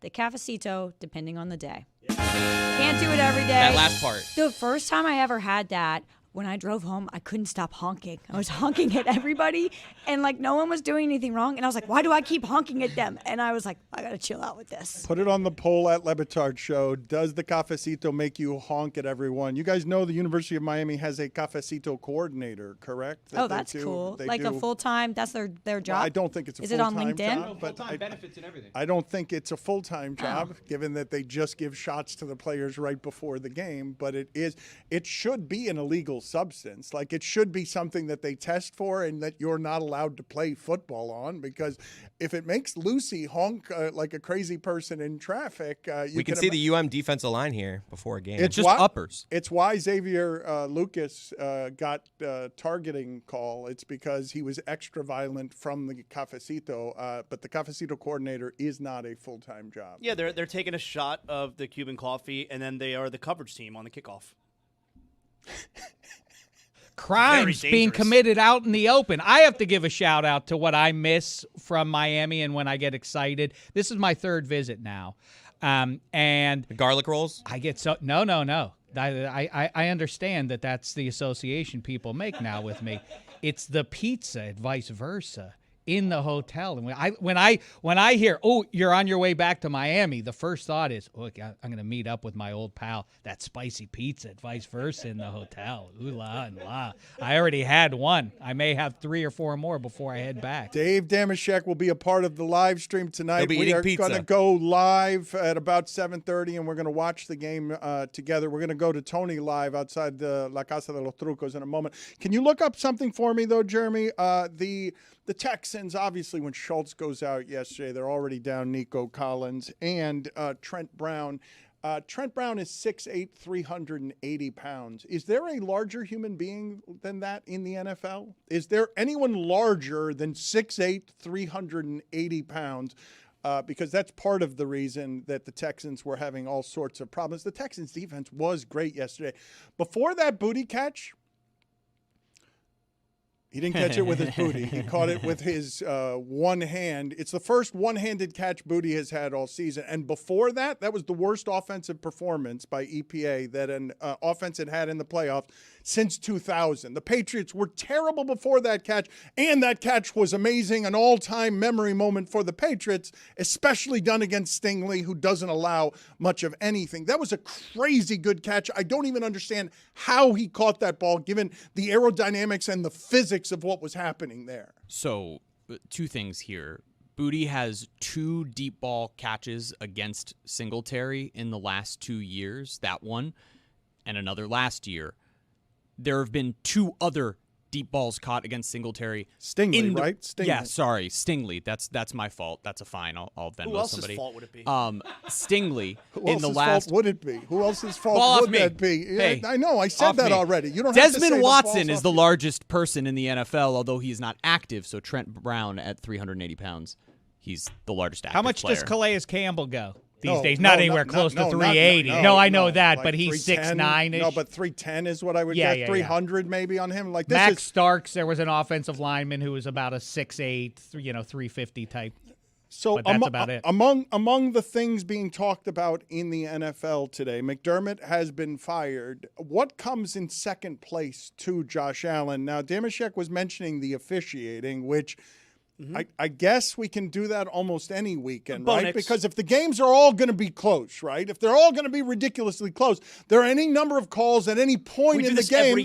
We could do it every single game. We could complain about the subjective thing that was unfair because the game was decided by some sort of old person's judgment. But the call from the weekend that everyone's talking about is that Brandon Cooks, it felt like he caught that ball, and you have rarely seen an interception that way, correct? Where you have the catch, you think it's a catch, but you know that by the letter of the law, you have to complete the catch. That's a rule. Like, that would have been a catch 7 years ago. 7 years ago, there's not the complete the catch stuff and all this stuff that confused us about, we've been saying for years, I don't know what a catch is. Now I don't know what an interception is. Because that in my lifetime has never been an interception. Why didn't they review it? I mean, the rule is the rule. They got it right by the letter of the rule. To me, though, there's no point in having judges if all they're going to do is go by the letter of the rule. That's what people are vexed by those as. It was the lack of stopping down. We're so conditioned to the process, having further review in New York weighing in and all the rest of it. But ultimately, Dan's right. I don't understand these people. First of all, people talking into microphones on purpose and sharing stills of, look at this spot, he has the ball. Well, that's irrelevant. It's a rolling play, and as the rule is stated, whether you like it or not, he has to complete the catch to the ground. And so by definition, if the ball jostles as he collides with the ground, which it did, the ball is live. Oh, and did it jostle? I mean, I couldn't tell. I don't think you could tell either way. It was just like That's unsure. why I wanted some kind of review. I get the desire to, based on how we, like I say, have been conditioned over the last several years to see further review, but I do think they ultimately got that right. The ball is live as the DB rolls over and comes up with the ball. Yeah, it is home team's ball. The call was right. You can't overturn it after it's been called an interception either. Barnwell and Dominique have both talked about this. They got the call right, but it still feels wrong. Like that's what happened there. And I don't think it's because people are rooting for Josh Allen. I don't think it's because the Bills are crying in the locker room. I just think that over the course of your lifetime, you are not used to two people landing on the floor with the ball and then the defensive guy gets up with it and it's not the offensive guy's possession. Like over the course of history watching football, if you're doing it in your backyard, anybody's been playing football, once you land on the ground with the ball, they can't take it away from you. Like that's the part that is a bit baffling, that the rule makers have it right when they say the rule was followed justly. But you'll never be able to convince Bills fans of that, and you won't be able to convince me of it either, because I really don't. We don't have judges just to enforce rules. We have them to interpret them. Agree, but the bottom line is, Dan, you think that should have been Bills' ball? I do. I do think that should have been a catch where it landed, and it can't be an interception. You can't have the season decided that way. And, in fact, I don't think if it had gone the other way, I don't think that would have decided the season against the Broncos. I know, but I don't think if it had gone the other way, I think the outrage would be less from Bronco fans and America if it had been called a catch and not an interception. I think Broncos fans wouldn't be talking today the way Bills fans are if it had simply been a catch. I think it would have been less controversial the other way. Absolutely. How does that make sense? Who does that make sense to? How does it make sense to anybody listening to this that if I had ruled that a catch, Broncos fans would be less upset than Bills fans are today? Well, that is a fascinating point that I hadn't really considered, that if you do it the other, but now you're depending upon the official in that moment to just reverse the call. I also think the thing that people are vexed by largely, and there's no way around it, is that the officials are going to play a role in this. And you can go back several minutes prior. It looks like there's a hold in the end zone that would have also ended the game too. And if, to your point, Dan, if the Bills win the game on that deep ball to Cooks, they kick the field goal, they move on. Now, the Broncos fans would have spent the last 2 days belly aching about that's a safety, and they didn't call it because they didn't have the balls to call it and end the playoff game on a safety on an offensive holding call. True. I mean, I remember watching it live on that play and thinking to myself, that looks like a hold, and the only way they're going to call that to have the game end on a safety, someone is going to have to get murdered in the end zone. Not even then. The officials would absolutely not rule it murder, and there would be a dead person on the field in the end zone, and the officials would not make a ruling there. Is that Tony's music I hear? Is that what's happening right there? All right, that is Tony's music. He is at La Casa de los Trucos. He already told us what La Casa de los Trucos is. It is the most famous and longest-standing costume shop in South Florida history. Is it open? I was told that it is opening at 10 a.m. today for you, but you're standing outside. Yeah, Dano, it is open. It is 10:10 right now on the East Coast. I'm finishing my café con leche. We have a couple patrons already walked in. We've gone before and we've done the advanced scouting and we are able to go inside. I was just waiting on you to let you know if you wanted me to do my top 5 out here or if you wanted me to do my top 5 I want your top 5 inside. We're talking inside. football. I want your top 5 inside, but I would like you to interview Rose real quick about her chain smoking and the fact that's great. That's incredible. Rose is in here, so I love that. Okay. Last week would have been great for that. She's not here, though. So I've got Danny B and I've got Sean McGill. If you want to interview them about Rose's chain smoking. We'll get Rose here. Damashek, would you do me the favor of just going to get Rose and putting her next to Lucy and all of her cigarette smells so that I could get to the bottom of that? But, yes, I'd prefer the top 5 from inside La Casa de los Trucos. Should we wait for you, or do you just want to go in there? You want us to interview Rose and filibuster while you're going in there, or do you just want to take the show from here? Yeah, let's do that. No, let's do that for a second, just you guys, so I can make sure everything's cool in there and then get things rolling. So come back to us in about 2 minutes. All right. Rose, you seem to have knocked over a tree while you were in there. You're a bit of a smoking disaster. You've gotten our employees sick. You cannot generally be trusted to not blow smoke in the face of others. We all learned together, except for Lucy, that you are a chain smoker. Rose, why did you get Lucy sick? Were you partying too much? Does this happen when you have too many drinks? Yes, I can count it with my hands the times that I smoke. So Mally was here, and he's a bad influence. So it was not just my fault. Sorry, Mally. Mally's a bad influence. Mally was here. Mike Mally. And I want the record stated. She said she can count on one hand the amount of time. Like, she doesn't do this a lot. She's not a chain smoker all the time, but every once in a while. No, I don't. I just smoke when I have when I'm partying. Yes. Yeah. How many heaters did you rip? Because you were accused of chain smoking, and the bar establishment was saying, "Please get control of your friend." Over under 15. She's blowing smoke in everyone's face. Lucy said you embarrassed her. I don't know. I did not count them. It was a good amount. And how many drinks do you have before the chain smoking starts? I don't know. I'm She produces the hockey show. She is Rose, and she's going to have to leave now because she can't answer I don't know to questions only she knows the answer to. No, because I don't know. Well, okay, 2.5. Track, Dan. That's what happens on one of those nights. You don't know how many drinks you had.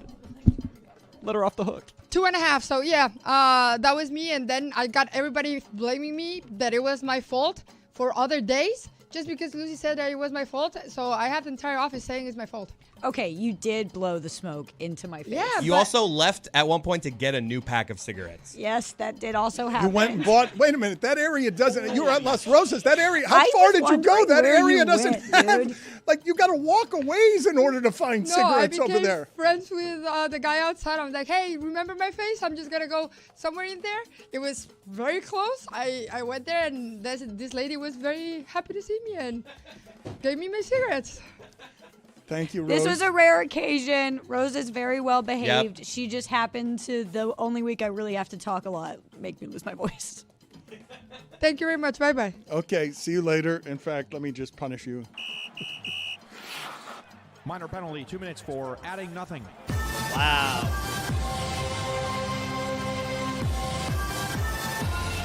Zaslow, what are you looking forward to tonight? Because I don't see a circumstance under which it's not interesting. It might be low scoring, and it might be dull to some people because there's going to be a lot of smash mouth involved, not going to be high-tempo offenses. I don't think Mendoza is going to be able to do the things that he normally does. I'm looking forward to the moment. Like it's why we love sports.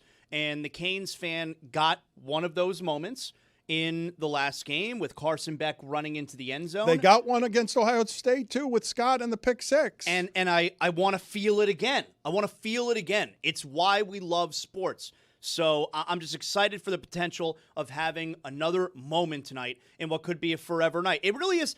This is what I don't think I'm overstating this. I had to think of understate, overstate. I don't think I'm overstating this, Dan.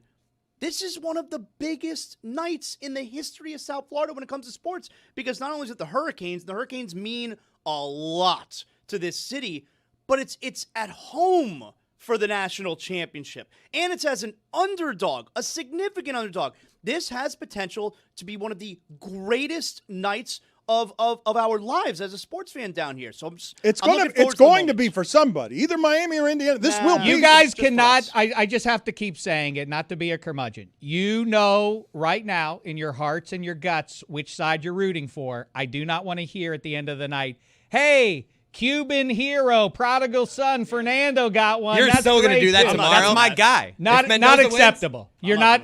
Your heart and gut will disagree with what your brain tells you at the end of the game, and if that's what your mouth is saying, shame the devil. I'm with you, Zaz, and I think it's vaguely a shame. I have to say sincerely that the story of the U, that the national championship game happens to be in their home stadium, and it's kind of playing as an afterthought. I do think that could provide a little chip on the shoulder, as guys like to have before a big game. That might be a little extra juice. No one is talking about us, and I can't help Dan to harken back to 43 years ago. The greatest college football game of all time was when Kosar, Schnellenberger, and the U vanquished the red and white team, #1 with the Heisman Trophy winner.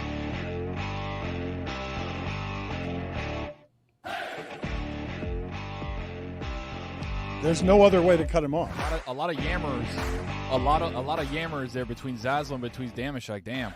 I did want to bring this to your attention. Do you want me to get you this netted shirt for you to wear on the show tonight? Please. Is that something you'd be interested in? $19.99 sounds like my price right there.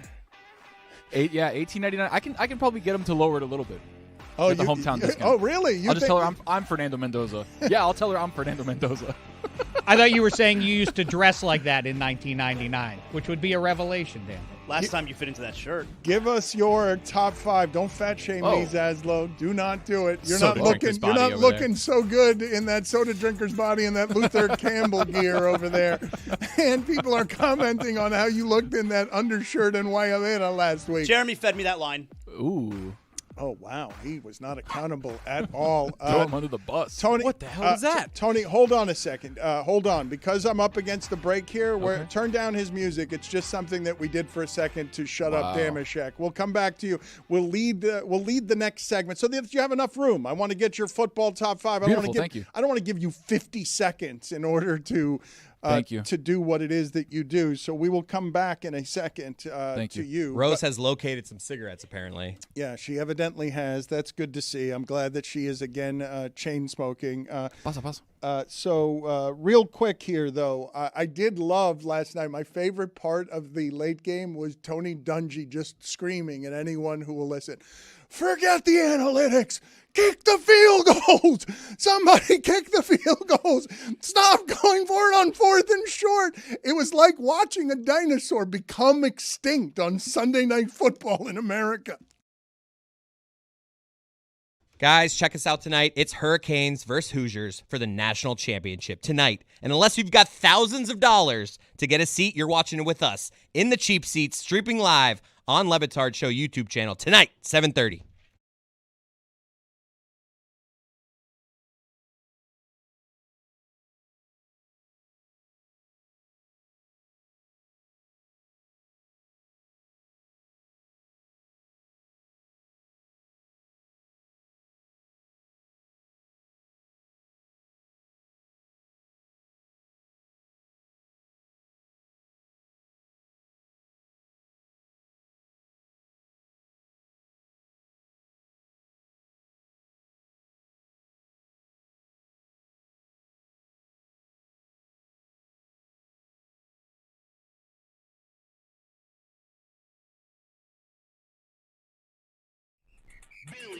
Barbados Carnival. So welcome back, Billy, and I don't know where this particular tension is going to end up. Welcome back. And I also want to get to Mike Ryan. He does not agree with you on Hard Knocks, Chris. He doesn't. Oh, trust me. We had a whole text exchange last night. I almost drove to his house to fight him. Yeah, you guys have very wildly disparate opinions on the Oakland Raiders and Hard Knocks. But first, Billy, welcome back. How was your honeymoon? It was good. Thank you for asking. Oh, he's tightened up his game now that he's refreshed. Okay, things are it's just so hot today, Dan. I don't know what's going on with the air, but luckily I have this little fan that I bought before a hurricane that I have plugged into my phone, so like it's keeping me nice and cool. I'm so jealous. You guys should get these. These things are awesome. Look at it, Dan. You see this thing? Look at this. Can you please tell me about all the awkward things that happened to you? Did anything weird happen to you in Barbados? Like what kind of, just give me some awkward Billy on his honeymoon stuff. Is there anything that... The non-awkward would be a much shorter story. Yeah, I wonder how this is going to go. What's the best you got from your honeymoon? And then we'll move on to other things like Antonio trying to steal your job. I've had a lot of awkwardness, in my entire life, I guess. But recently I've had a bunch of awkwardness. So I'd say from the honeymoon, I think the most memorable thing that we did was, so in Barbados, they have an annual carnival, right? Or carnival or whatever, right? It's called Crop Over. And it's at the end, well, it's actually called Kadooment, but that's a different story. All right, go sit outside for a second. We'll get back to it. Whoa! Antonio, just go sit in his chair. We'll get back to it. I'm back, baby. I want to hear the whole story. I just don't understand why you can't even get the name right of Carnival. And like, it's Crop Over. That's fine. Why is it called a honeymoon? It's a good question. That is a good question. Put it on the poll, Antonio, now that you've replaced Billy in his chair. Do you know why they call it a honeymoon? Mike, do you have the sound? A very simple sound, a very simple question. Basically, I want you to hear Billy, who has a reputation for yammering and just not being able to get anything out, and he's rusty, because he hasn't been paying attention to the internet for 10 days. So he came in here today, and it was just a furnace blast of news, all of it weird, disorienting. The local hour has gone someplace else. We showed him Antonio Brown's feet. Yeah, like he's missed a lot. I am actually scared when I disappear for my honeymoon. I'm going to come back and I feel like things are just going to be gone. There's the possibility like the shipping container room just floated off into the Atlantic Ocean. We're still not out of hurricane season. Yeah, I am going to fall it's very easy to fall very, very far behind, very fast when it comes to the amount of stimulation and news and sports stuff that you are getting. Billy was off the grid. He comes back. Everything's changed except his inability to say anything quickly. So Roy's white now. Everything is different. Like you That's the most efficient you've ever been. Yes. Look at that. Did you learn something on your honeymoon? Okay, so lest you think he has cured his ills of not being efficient, please play for the audience. This is Billy Rusty returning from his honeymoon. Just him simply trying to say where he was. I've had a lot of awkwardness, well, in my entire life, I guess. But recently I've had a bunch of awkwardness. So I'd say from the honeymoon, I think the most memorable thing that we did was, so in Barbados, they have an annual carnival, right? Or carnival or whatever, right? It's called Crop Over. And it's at the end, well, it's actually called Kadooment. But that's for the love of God. All right, go sit outside for a second. We'll get back to it. Whoa! You would have kept going. You would have given it 20 names if I didn't cut you off and kick you out. You would have given it 20 names. Actually, the roots of the word come from the 1700s and indigenous people. I was upset you did that to Billy his first day back, but hearing it back, he absolutely deserved it. Again, yes. I want you to hear again, just Mike, the last part of it, where he's simply trying to say, Billy is simply trying to tell us, this is a very simple transaction. Hey, Billy, where were you? What were you doing? He got snagged and stuck on where were you?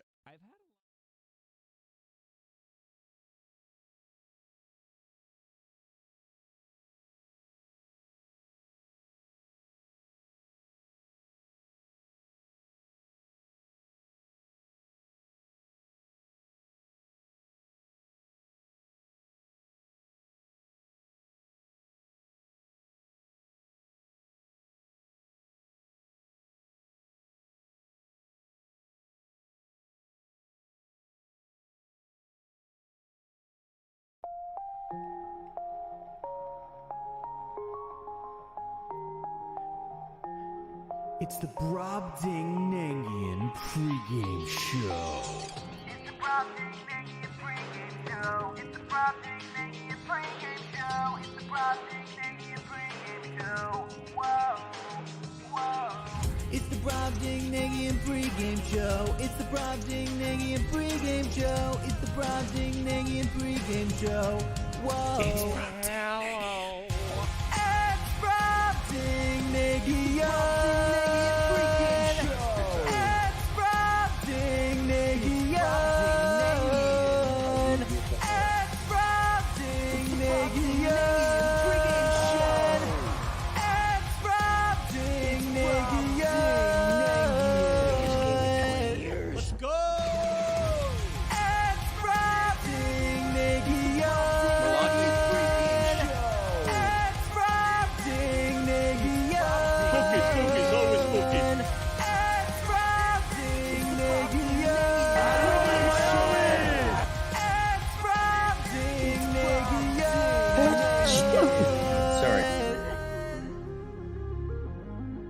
It's Brobdingnagian. It's Brobdingnagian. Oye, los huracanes. It's Brobdingnagian. That means big.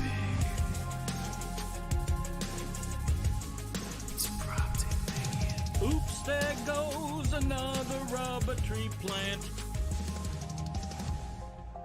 I am at a total loss for why Mike Ryan had to leave early. Like, he just had to leave, and he fled the premises 2 hours early because he's got to get ready for the game to do what? You guys want to guess here? Josh Allen has played 7 overtime games. You guys want to guess how many points he has produced in those 7 overtime games in the overtimes? I don't even know where to start. 3. I was going to guess 6, so I was overly optimistic there. And now his coach is fired. And I think the second biggest story, and we'll go out to Tony at La Casa de los Trucos in just a moment. I think the second biggest story of the weekend, not the officiating, I think it's the Bears not going for 2 after you've tied the game there. And you've got the coach in Ben Johnson who has delivered on his promise of, I'm going to be aggressive, I'm going to be aggressive, I'm going to be aggressive. And then you have a chance to go for 2. You haven't been good in short yardage situations. You haven't been good on 4th down, and you settled for the tie when you could have ended Stafford right there. Wow, I never even considered that. Like, you wanted them to go for 2 there. I'm just saying the conversation around it. I'm not saying that. I would also have just tied the game, but you've got, generally speaking, in almost all circumstances, I want to be in the situation where I have the ball and I need to get 3 yards. I don't want to be in defense on that situation. I'm guessing Rams fans were relieved that the Bears were kicking to tie the game, and I don't want to give them relief. I want to finish them after breaking their heart by throwing to Cole Kmet from 50 yards away. I think that's exactly right, Dan, is what if you can summon what do they not want us to do more, that's what we should do, first of all. But more broadly, in the QB league, and if you're in a big-time playoff game, you probably have a high-end QB. Do you think he's the best player on the field? Certainly, Ben Johnson took the job with the Bears because that's how much he thought of Caleb Williams. He thinks Caleb Williams is the best player on the field. So which is more likely, that you're going to make 2.5 yards with that stud QB, or you're going to win the coin flip, but then you're going to make the right choice when you win that coin flip. But if you don't win it, then you have to hope they don't score so that you don't have pressure on you. But then you have to get the ball, and then you have to at least match what they did and get all the sequence of events. And by the way, it was snowy out and windy out, and it's not a gimme to make the extra point. So that also should have been a factor in what Ben Johnson did. I believe that Ben Johnson, if he had gone for 2 there, would have immediately supplanted Mike Ditka as the most popular coach in the history of Bears football if he had gone for 2 and gotten it. Boy, oh boy, Dan, game. How about the completion of that football circle, 43 years old, that Tom Osborne had the balls to go for it. It didn't work out for him, but my esteem for him as a man, Tony, through the roof. Tony's shaking his head no at all of this commentary. Tony is pro-cowardice. Tony, what do you have? No, it's not that I'm pro-cowardice. It's just, playing the result. Man, he should have gone for 2 after an incredible play, one of the most amazing plays we've ever seen in the NFL. But they also, you forget, they were down. They had 4 downs to get a touchdown in the drive prior, ran 3 times, okay, and then threw a terrible pass between 2 people. So it's like, it's tough. Don't run the they ball keep telling me to drop the cable, unless Dan, it's with your superhero quarterback. Boot him out and put pressure on the defense. 2.5 yards is what you need. Glory. I agree. Finally with Damashek. The thing that I find would have been just great for whatever their next 10 years are together, because Ben Johnson and Caleb Williams give Chicago a hope that it has never had in its franchise's history, because they know they have a quarterback. It's just a great sentence to a statement to give your quarterback here. I trust you with these 2.5 yards and this season more than I trust anything else in the world here. Yeah, because in the commentary I was listening to, and Ross Tucker does a great job on these games. What I was listening to Ross Tucker say, and it's accurate, throughout the game he is saying Caleb Williams is going to be special and magical at the end. He's going to be special and magical at the end. The Bears have never had a quarterback who's that. This is the first quarterback. So give him the ball, give him the game, give him the season. We need 2.5 yards. If I told the Bears before the season, 2.5 yards for your season against the MVP of the league, do you want the ball, or do you want to start playing with all sorts of numbers and randomness in overtime? You don't do it, Dan. You're exactly right. Listen, there are 2 basic groups of quarterbacks, high-end quarterbacks. There are the assassins, who are Tom Brady. Now, people call them game managers, which is dismissive and marginalizes them. They are assassins, lethally accurate, calculated in their decision-making. Peyton Manning, Drew Brees, and now Brock Purdy. On the other side, you have the gunslingers, Favre, Roethlisberger, Elway. That's why I call Caleb Williams Emo Elway. He's going to spray the ball around. He's going to be inaccurate. He is going to cause trouble that he is then going to dig your team out of. He is like Josh Allen. He is like Matthew Stafford. In that spot, one play, and you see the downside of Caleb Williams in overtime. He threw the interception that ultimately... Well, he's inaccurate. Is this Damashek segment? Football America is the name. Football, we're coming to you right now. Here? Football America, Mondays and Fridays. Good stuff there from Caleb Williams has the worst completion percentage among starters. He is inaccurate. But let's go out to Tony. He's at La Casa de los Trucos. Do you have any OLIs? Thank you, Dan. Just one OLI for this divisional round matchups. You ready? I'd like you walking around through the 2 tight quarters there, if it's okay. Is that a bad idea for me to increase the degree of difficulty so we can walk around with you? No, at all, Dan. I'm gonna just kind of pull stuff off the shelves as I see fit. So this one, little clown, payasito. Little clown, yeah, from Brad Williams. Get that it's for funnier Brad when Williams. it has the adjective in the front, little. Okay. All right, OLI. Bo Nix breaking his ankle on a kneel down. Hey, you got to gut through that one. Okay? Shavers, the guy from the Bills, played an entire half of the torn ACL. Like, you got to gut through. You want to be a legend? This is what legends are made of. You got to put a boot, a cast, I don't care what you do. You got to be out for the AFC Championship. Why are they already ruling him out? Like, you don't want to try practice a couple days? By the way, Bo Nix did not hurt his ankle kneeling a football. No, I think it's the centering of the ball. When he says the second to last play, are we talking about the second to last play? They're talking from the line of scrimmage. No, it was the sweep left, that run play to the left. I'm telling you, it was not on any It's a kneel. de facto kneel, though. It's a de facto kneel because he's trying to center the ball and he's also trying to run the clock. Yeah, you're talking about not the kneel down. It's not that though, play, Tony. It was the play before. I don't know about that. Guys, I know it's a de facto kneel. You're not listening to me. It's Tony, a de facto you're kneel not down of what listening. they were It's doing, the trying to play run the clock. before the de facto kneel down. That's the play Jesus he hurt himself. Christ. Okay. All right, number 5. It was never Josh Allen's time. I told you earlier on, we were actually at the overpass where Scarface happened, the Revenga scene. I told you, Josh Allen is Phillip Rivers. He'll never get to the mountaintop. He'll never win a championship. This is just now part of the lore. In an interception, should have been a catch, should have been a pick. We don't know. Bo Nix breaks his ankle. Like, who knows? Josh Allen, never his time, Dan. All right, let's walk a little bit here. Number 4. Number 4. Let's see. What do we like off the shelves here? We got some maracas. Number 4, Dan. Seahawks may win a Super Bowl without a QB, which is crazy. Sí, ¿qué tenemos aquí? Oh, ¿puedo coger esto? Oh, what happened? One of those snap and pops? You got a snap and pop? What got you? It's a snap and pop, but it was a Newport box of cigarettes for Rose. Oh. But here, I'm going to take this one right here. Hey!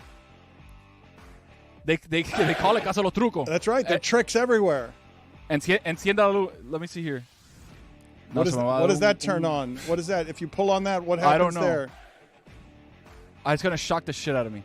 It releases the gimp from the basement. Damn! It shocked the shit out of me. I hate those. Number 3. He's a showman. He knew it was going to shock him, so he pulled it? That's right. That's what happened. He knew what it was, and he was scared, and it did what he thought it was going to do. See if it shocks you again. I think if you pull it, not every time, it may not. I don't know. No, I know what this is. I'm going to put it here. I'm going to play around with I love this. I know what this is. All right, so. Sí, dame. See? I got you, man. Hey! Sorry, guys. The fart machine. Oh, Casa los Trucos. Anything can happen, Dano, including a fart machine. High tech, though. It's not a whoopee Did that guy just tell you to bend over? Were you just told to lean over to simulate? Mic your butt, Tony. Mic your butt. Simulate farting. Okay. There we go. Classic. We're doing comedy. Comedy. Whoa. All right, number 3. Oh, Jesus Christ.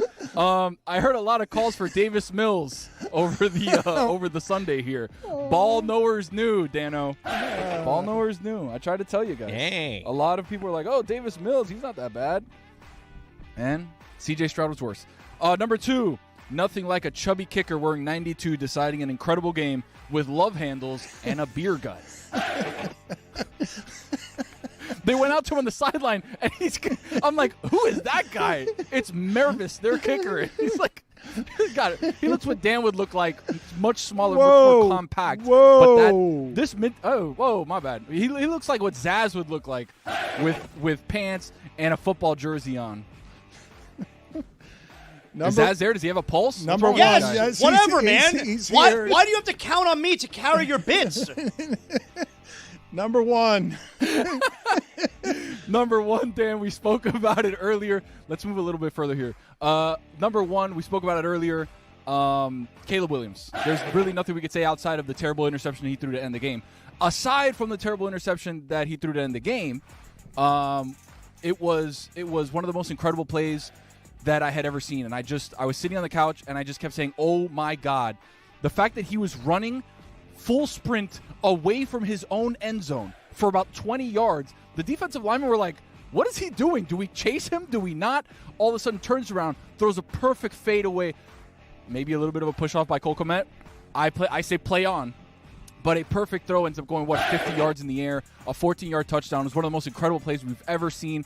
It sucks that it happens in a loss, but as Dan Meshek will probably tell you, you need these bumps and bruises along the road to make sure that you are ready to get to the level of winning a Super Bowl. And sometimes you can't get there without a couple bumps and bruises. This is the bumps and bruises that Caleb Williams needs to maybe take that next step next year. So an incredible play by a guy who I was not super sold on to begin the year, but as he's gotten better and better through Ben Johnson's offense, it's been an incredible just upscaling from everything that he's done from a football perspective. So if there's anything you want down here at Casa Los Truco, I can bring you back something, Dan. If you want me to bring you the buzzer thing that lit me up, I can do that. If you want the fart machine, I can do that.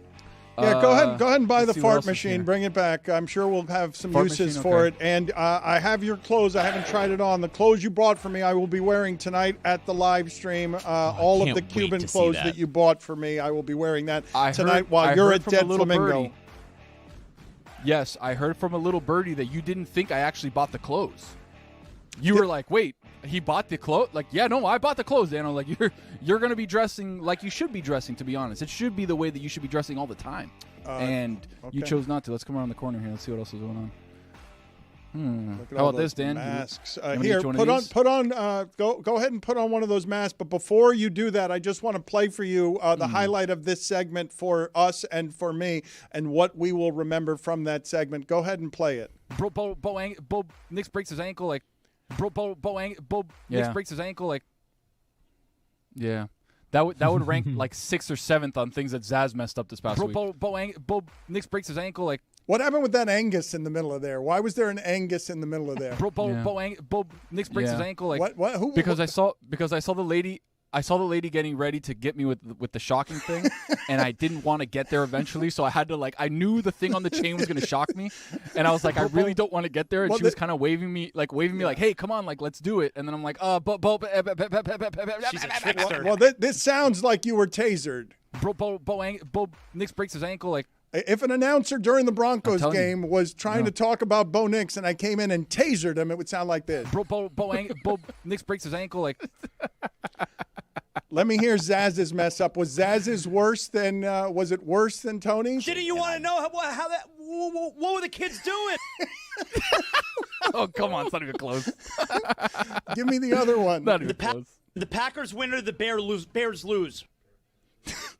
Oh yeah. Terrible. Oh, it's a new week. Why don't we come up with some new material? Even speak, dude.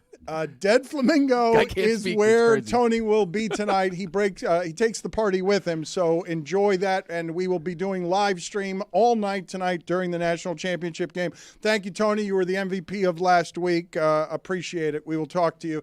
He mentioned the Caleb Williams interception. DJ Moore stopped running on that. He wasn't supposed to stop running. He just stopped his route because he knew it was covered. But I want to go back to the Davis Mills point that he made, because I heard – I think it was Swagoo who was saying you got to consider at halftime of that game benching C.J. Stroud. And if you consider that, you're announcing to everyone, including C.J. Stroud, that you're done with him as your quarterback going forward because he's still young.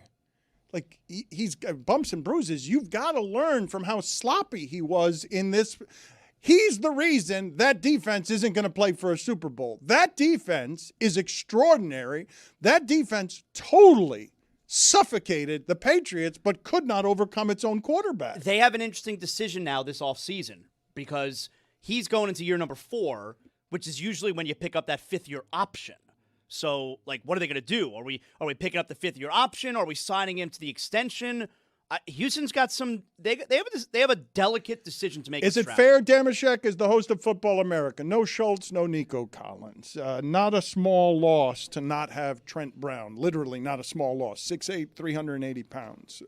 You can't bench him there, can you? You can't go to Davis Mills when your offense is already that limited. You definitely cannot, unless we learn in the coming days, nay hours, that there was something wrong with C.J. Stroud. Because if you look at how he also played on Monday night in Pittsburgh, I mean, he couldn't take snaps. I feel like we're going to hear, he had a little surgery on his wrist, something like that, because he just was fundamentally not like. That's what I thought Stafford's problem was last night. Like on the broadcast, I kept hearing them. I don't know why Stafford's missing all these throws. His hand was busted up from last week. The throwing hand can't be busted up. If it's not that, though, it's very similar to me to the 2017 Jaguars.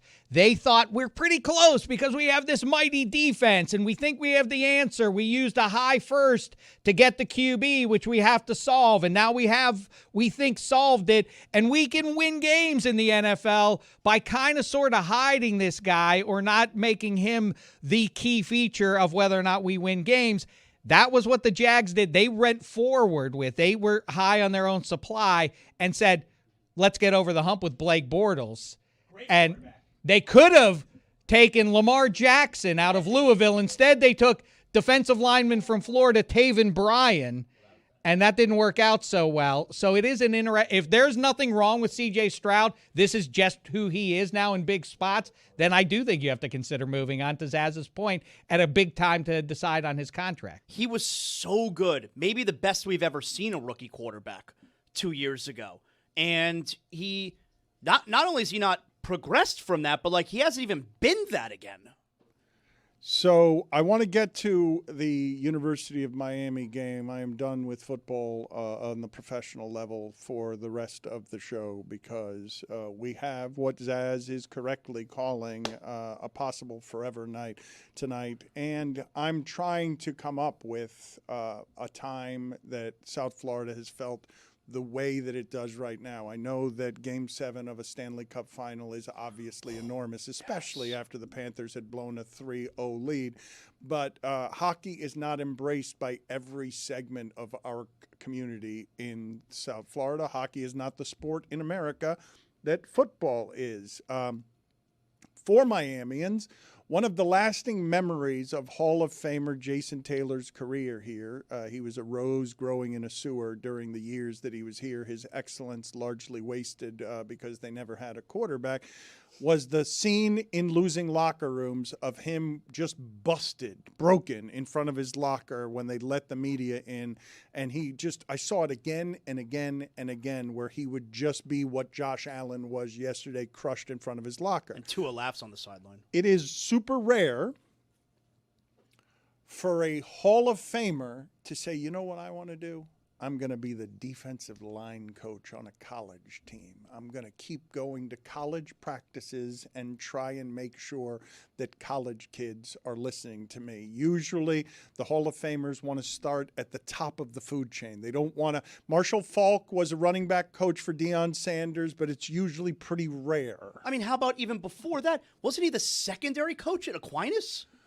Wasn't even the head coach. It's becoming more common. Jason Witten was hired as the tight ends coach for Oklahoma just a couple weeks ago. I honestly think it's kind of like the Deion effect, where you saw him go back to college, have so much success, and however you want to define that. But I think it's becoming and I think there's more money in college football now, and it's sort of opened up the floodgates, which I'm excited for because I think it kind of makes the sport a little more approachable for people. Also, in those first two examples, Jason Taylor was at Aquinas when Mason Taylor was there, so he was there coaching his kid. And then Deion started in coaching his son as well. So there is that tie, but then it's continued. And Witten is not an example of that. But you say what she's right when she says there's more money in college football. You see that Oregon's quarterback and Ole Miss's quarterback, they want to stay in college instead of going to the pros, even though they're going to be top picks. But here's Jason Taylor after the win against Ole Miss talking about the idea of bringing a championship back to Miami.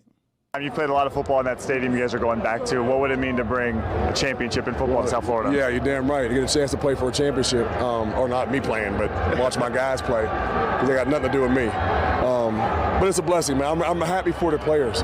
You know, my time in the sun is over, so I get to sit back and live through the 17 guys in my room and 120 guys on this team, and I'm blessed to do it. So I'm excited for them. You know, guys like Bain and Mesidor and Ahmad Moat and those guys that are here from the beginning, when we were lacking in a lot of things, and they fought their butts off to get to this point. Lucy, Mendoza gets rid of the ball a lot slower, and when I say a lot slower, it's a second slower than Trinidad Chambliss. Your thoughts on the advantage that Miami's defensive line may or may not have against Indiana's offensive line? I don't want to go like too far with it because Indiana, as Miami has a great offensive line, as does Indiana. Like Fernando Mendoza usually stays protected in this. I just think he's so accurate with what he does that's what my concern is. If you get pressure on Mendoza, are you going to mess with that accuracy? Because he has been pressured this season. Ohio State has a good defense. Iowa has a good defense. I just think people are underestimating how good Indiana's line is and how good Indiana's receivers are because he can throw it anywhere and they're going to go out and make that And catch. the other factor is that I'm not sure cynically will carry over to the next level for him, but he can run away from pressure. And people regularly forget about that. He is a factor with his legs. Yes, he's an athlete, but when Indiana played on the road at Iowa, they were held to 20 points. We do that to everybody, though. Let's go. When Indiana played on the road against Ohio State, they were held to 13 points. That was a home game for Indiana. Forgive me. It was in Indianapolis, so forgive me. I confused that in the Penn State game. They scored 27 at the very end against Penn State. C-A-N-E-S-K! Yeah, boy, Sedano! Sedano is in town. Yeah! He is doing his local Los Angeles show, and he is bringing the extra Cuban in here. You guys got anything like that? Same time slot I used to be in on 710 ESPN in Los Angeles. Sedano came in and thieved like the night. About 20 years after I left. You have to be careful with those Cubans. They will steal Does it Indiana from have anything as cool as that, what we just did? I don't think so. They do. What do they got? I think it's Are you fun. kidding me? What's their the thing? thing I will say about the U is that is a cool sort of corner of tradition and otherwise. It feels to me like the alumni are prouder of the Canes than any. I don't want to get hyperbolic, but is that accurate to say? I don't think at the player level there's more puff your chest out among ex-players than we're seeing right now from the Canes. I thought you meant in general, and I was about to be like, no, like, look at Dan. He really doesn't seem that excited. Yeah, but the then alumni you said don't players, care. and I said, okay, yeah, they really care. If you're talking fans, most people didn't go there, but the athletes, spot on. Jason Taylor was also once in my childhood home, the home that I grew up in. Many moons later, my mom was trying to sell the house, and Jason Taylor brought his mom over to take a look at it to see if she might be interested in Pittsburgh, PA.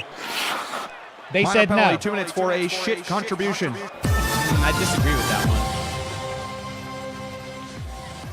Dave Damashek will be with us throughout the live stream tonight. I'm not going. Chris Cody. No, I don't think you he's an gotta official. I don't think he's in a position to assign penalties. Going's not allowed. You've got to respect the call of the official. Getting back to what it is that I was saying, though, Lucy, about the. I'm standing up for Buffalo. I'm not going to stand for the call. You have to leave, and if you don't leave, you will be punished in a way much more serious than just a little penalty that goes for 2 minutes. Yeah, Dan will look at you naked like he did with Zaz. You have to respect. You have to respect the call. When I. We got some breaking news here, Dan. Dan. Tonight, you know, you thought all eyes were on Hard Rock Stadium until you found out that Matthew Tkachuk returns tonight for your two-time Stanley Cup champion Florida Panthers. That's right. Chucky in the lineup. Season debut. Our hero. Lucy, as I was saying, the total in the game tonight, last I checked, was 48.5. I suspect that most people would assume it'll be a game more like Iowa and Ohio State against Indiana. When I talk about Indiana having a good offensive line, but Miami also having an excellent defensive line, are you not expecting Mendoza to look more like he looked against Iowa when they scored 20 points and Ohio State when they scored 13, given that those defensive lines are comparable to Miami's, but I don't think as good as Miami's? I don't think that I do think he's not going to look like he did against Oregon, but what I took away from that Iowa game, that Ohio State game, is even though he was not like the most active factor in what was happening in those games, when there was the moment that Fernando Mendoza needed to do something, he did it. That late pass against against Ohio State, the late one against Iowa. He was accurate. He was on time. The 2 ones against Penn State that are still just like unbelievable, like crazy plays. Those were his Heisman moments. Every single time you've had to rely on Mendoza, he has delivered. I think that's sort of an interesting aspect when you're looking at the Miami side of things, because recently that has been the case for Carson Beck, but that has not always been the case for Carson Beck. When Mendoza, from start to finish this season, the second that Indiana needed him to win, he did. I don't necessarily know if that's always the same case with Carson Beck, who has looked better lately and did that against Ole Miss. It's just a very interesting quarterback matchup. Ole Miss is the only time he has done that. It's the only time he's been asked to do it, and it's the only time that he has done it. And I don't know how much confidence Hurricane fans had in him being able to do it after Ole Miss scored with 3 minutes late. And I think part of the thing that comes into play, and it is not irrelevant, it's hugely important, it's the wear and tear of how a defense feels after 4 quarters of being manhandled 7 yards a carry,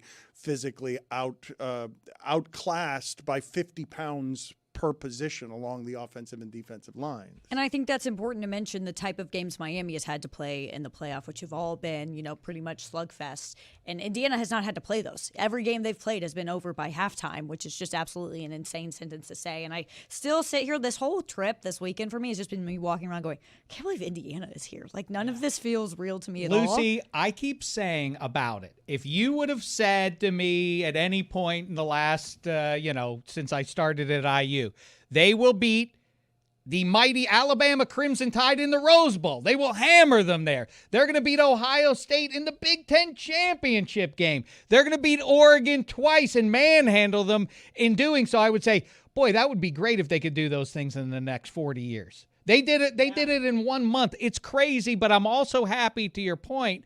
I get how the postseason has gone for them. I'm thankful from the Hoosier side that they were tested at Iowa and at Penn State, because the cross sports, I always think of the Houston Cougars against NC State in the 83 college basketball. They were never tested, and all of a sudden it's got to be a stunning feeling like, oh my God, we really might lose a game. Thank goodness they've at least experienced that somewhere along the way. No, I agree with that. I think that was part of the issue last season, was they didn't really have anybody on their schedule last year, so they play Ohio State. They get beat pretty badly, and then you finally have a close game against Notre Dame and you don't win. This year they have experience with close games, and they've played a tougher schedule, like not playoff-wise, but in general a tougher schedule than Miami. You beat Oregon twice. You beat Penn State, who I know didn't have a great season, but like still a talented team. Ohio State, Iowa, like this is a very like tested Indiana team who has beaten teams by a lot of points and also like been able to escape, and that all comes down to the way Mendoza played in those like clutch moments for Indiana. So like if you're looking at this game and you're just going, what quarterback do I believe in more? It's got to be Mendoza in this situation. I know we're talking about the home field advantage for Miami, but Dan, you worried at all about the weather? Because it's going to be cold. This is all of a sudden that home field advantage gone. It's temperature like the Rams in the going, 50s. Yeah, it's like the Rams going into Chicago. This is crazy. The weather favors Indiana. Malachi Toney playing in a game where the weather's in the 50s. Miami maybe should be a little bit worried about their own weather. Dan, very quickly, a quick question, because I was contemplating this. If the Bears had won that game last night, do they say dispatch the plan, get rid of the dome idea? We're done with that. Do you see the advantage that being in the cold provided us? Is it going to be a dome? Yes, they're doming it. It's a ridiculous thing. I'm sorry, I don't want to distract from the big game tonight. It's going to be cold, Damashek. It's going to be cold tonight. 57 degrees. Eek. That's like warm to Indiana. That's like summertime. Exactly. We are on the precipice when Damashek says what he is saying here about in what world do you have us beating Oregon twice and Penn State and Ohio State and then Miami. We're on the precipice of two things. Not only Indiana producing the single best and most surprising season in the history of college football, but also being forever the spot on where we can all say how NIL and money changed everything and changed it like that. Because the idea that that program with a century of failure on its resume would go through a run like that, only money explains it. Like you could give the credit to Cignetti, you could give the credit to Mendoza if you want, but the NIL money changing everything is the only thing that allows a a program with this kind of pedigree, which is no pedigree, to run through the gauntlet that it's run through. I think that is kind of like scariest part of all of this is this will be Curt Cignetti's least talented Indiana team. Because if you look at what Indiana has done in the portal this year, it's them and Texas Tech. It's no one else. They have made an absolute killing, and a lot of it is money. It's something like a little stat that we hear on all the broadcasts is that Indiana has the largest alumni base in the country. So is that true? They say it all the time. I've heard that about Michigan, so I was like, how true is this? I think they count the Indiana satellite campuses and other towns, but they have so many alumni. And they all have oil money? How do they have so much money?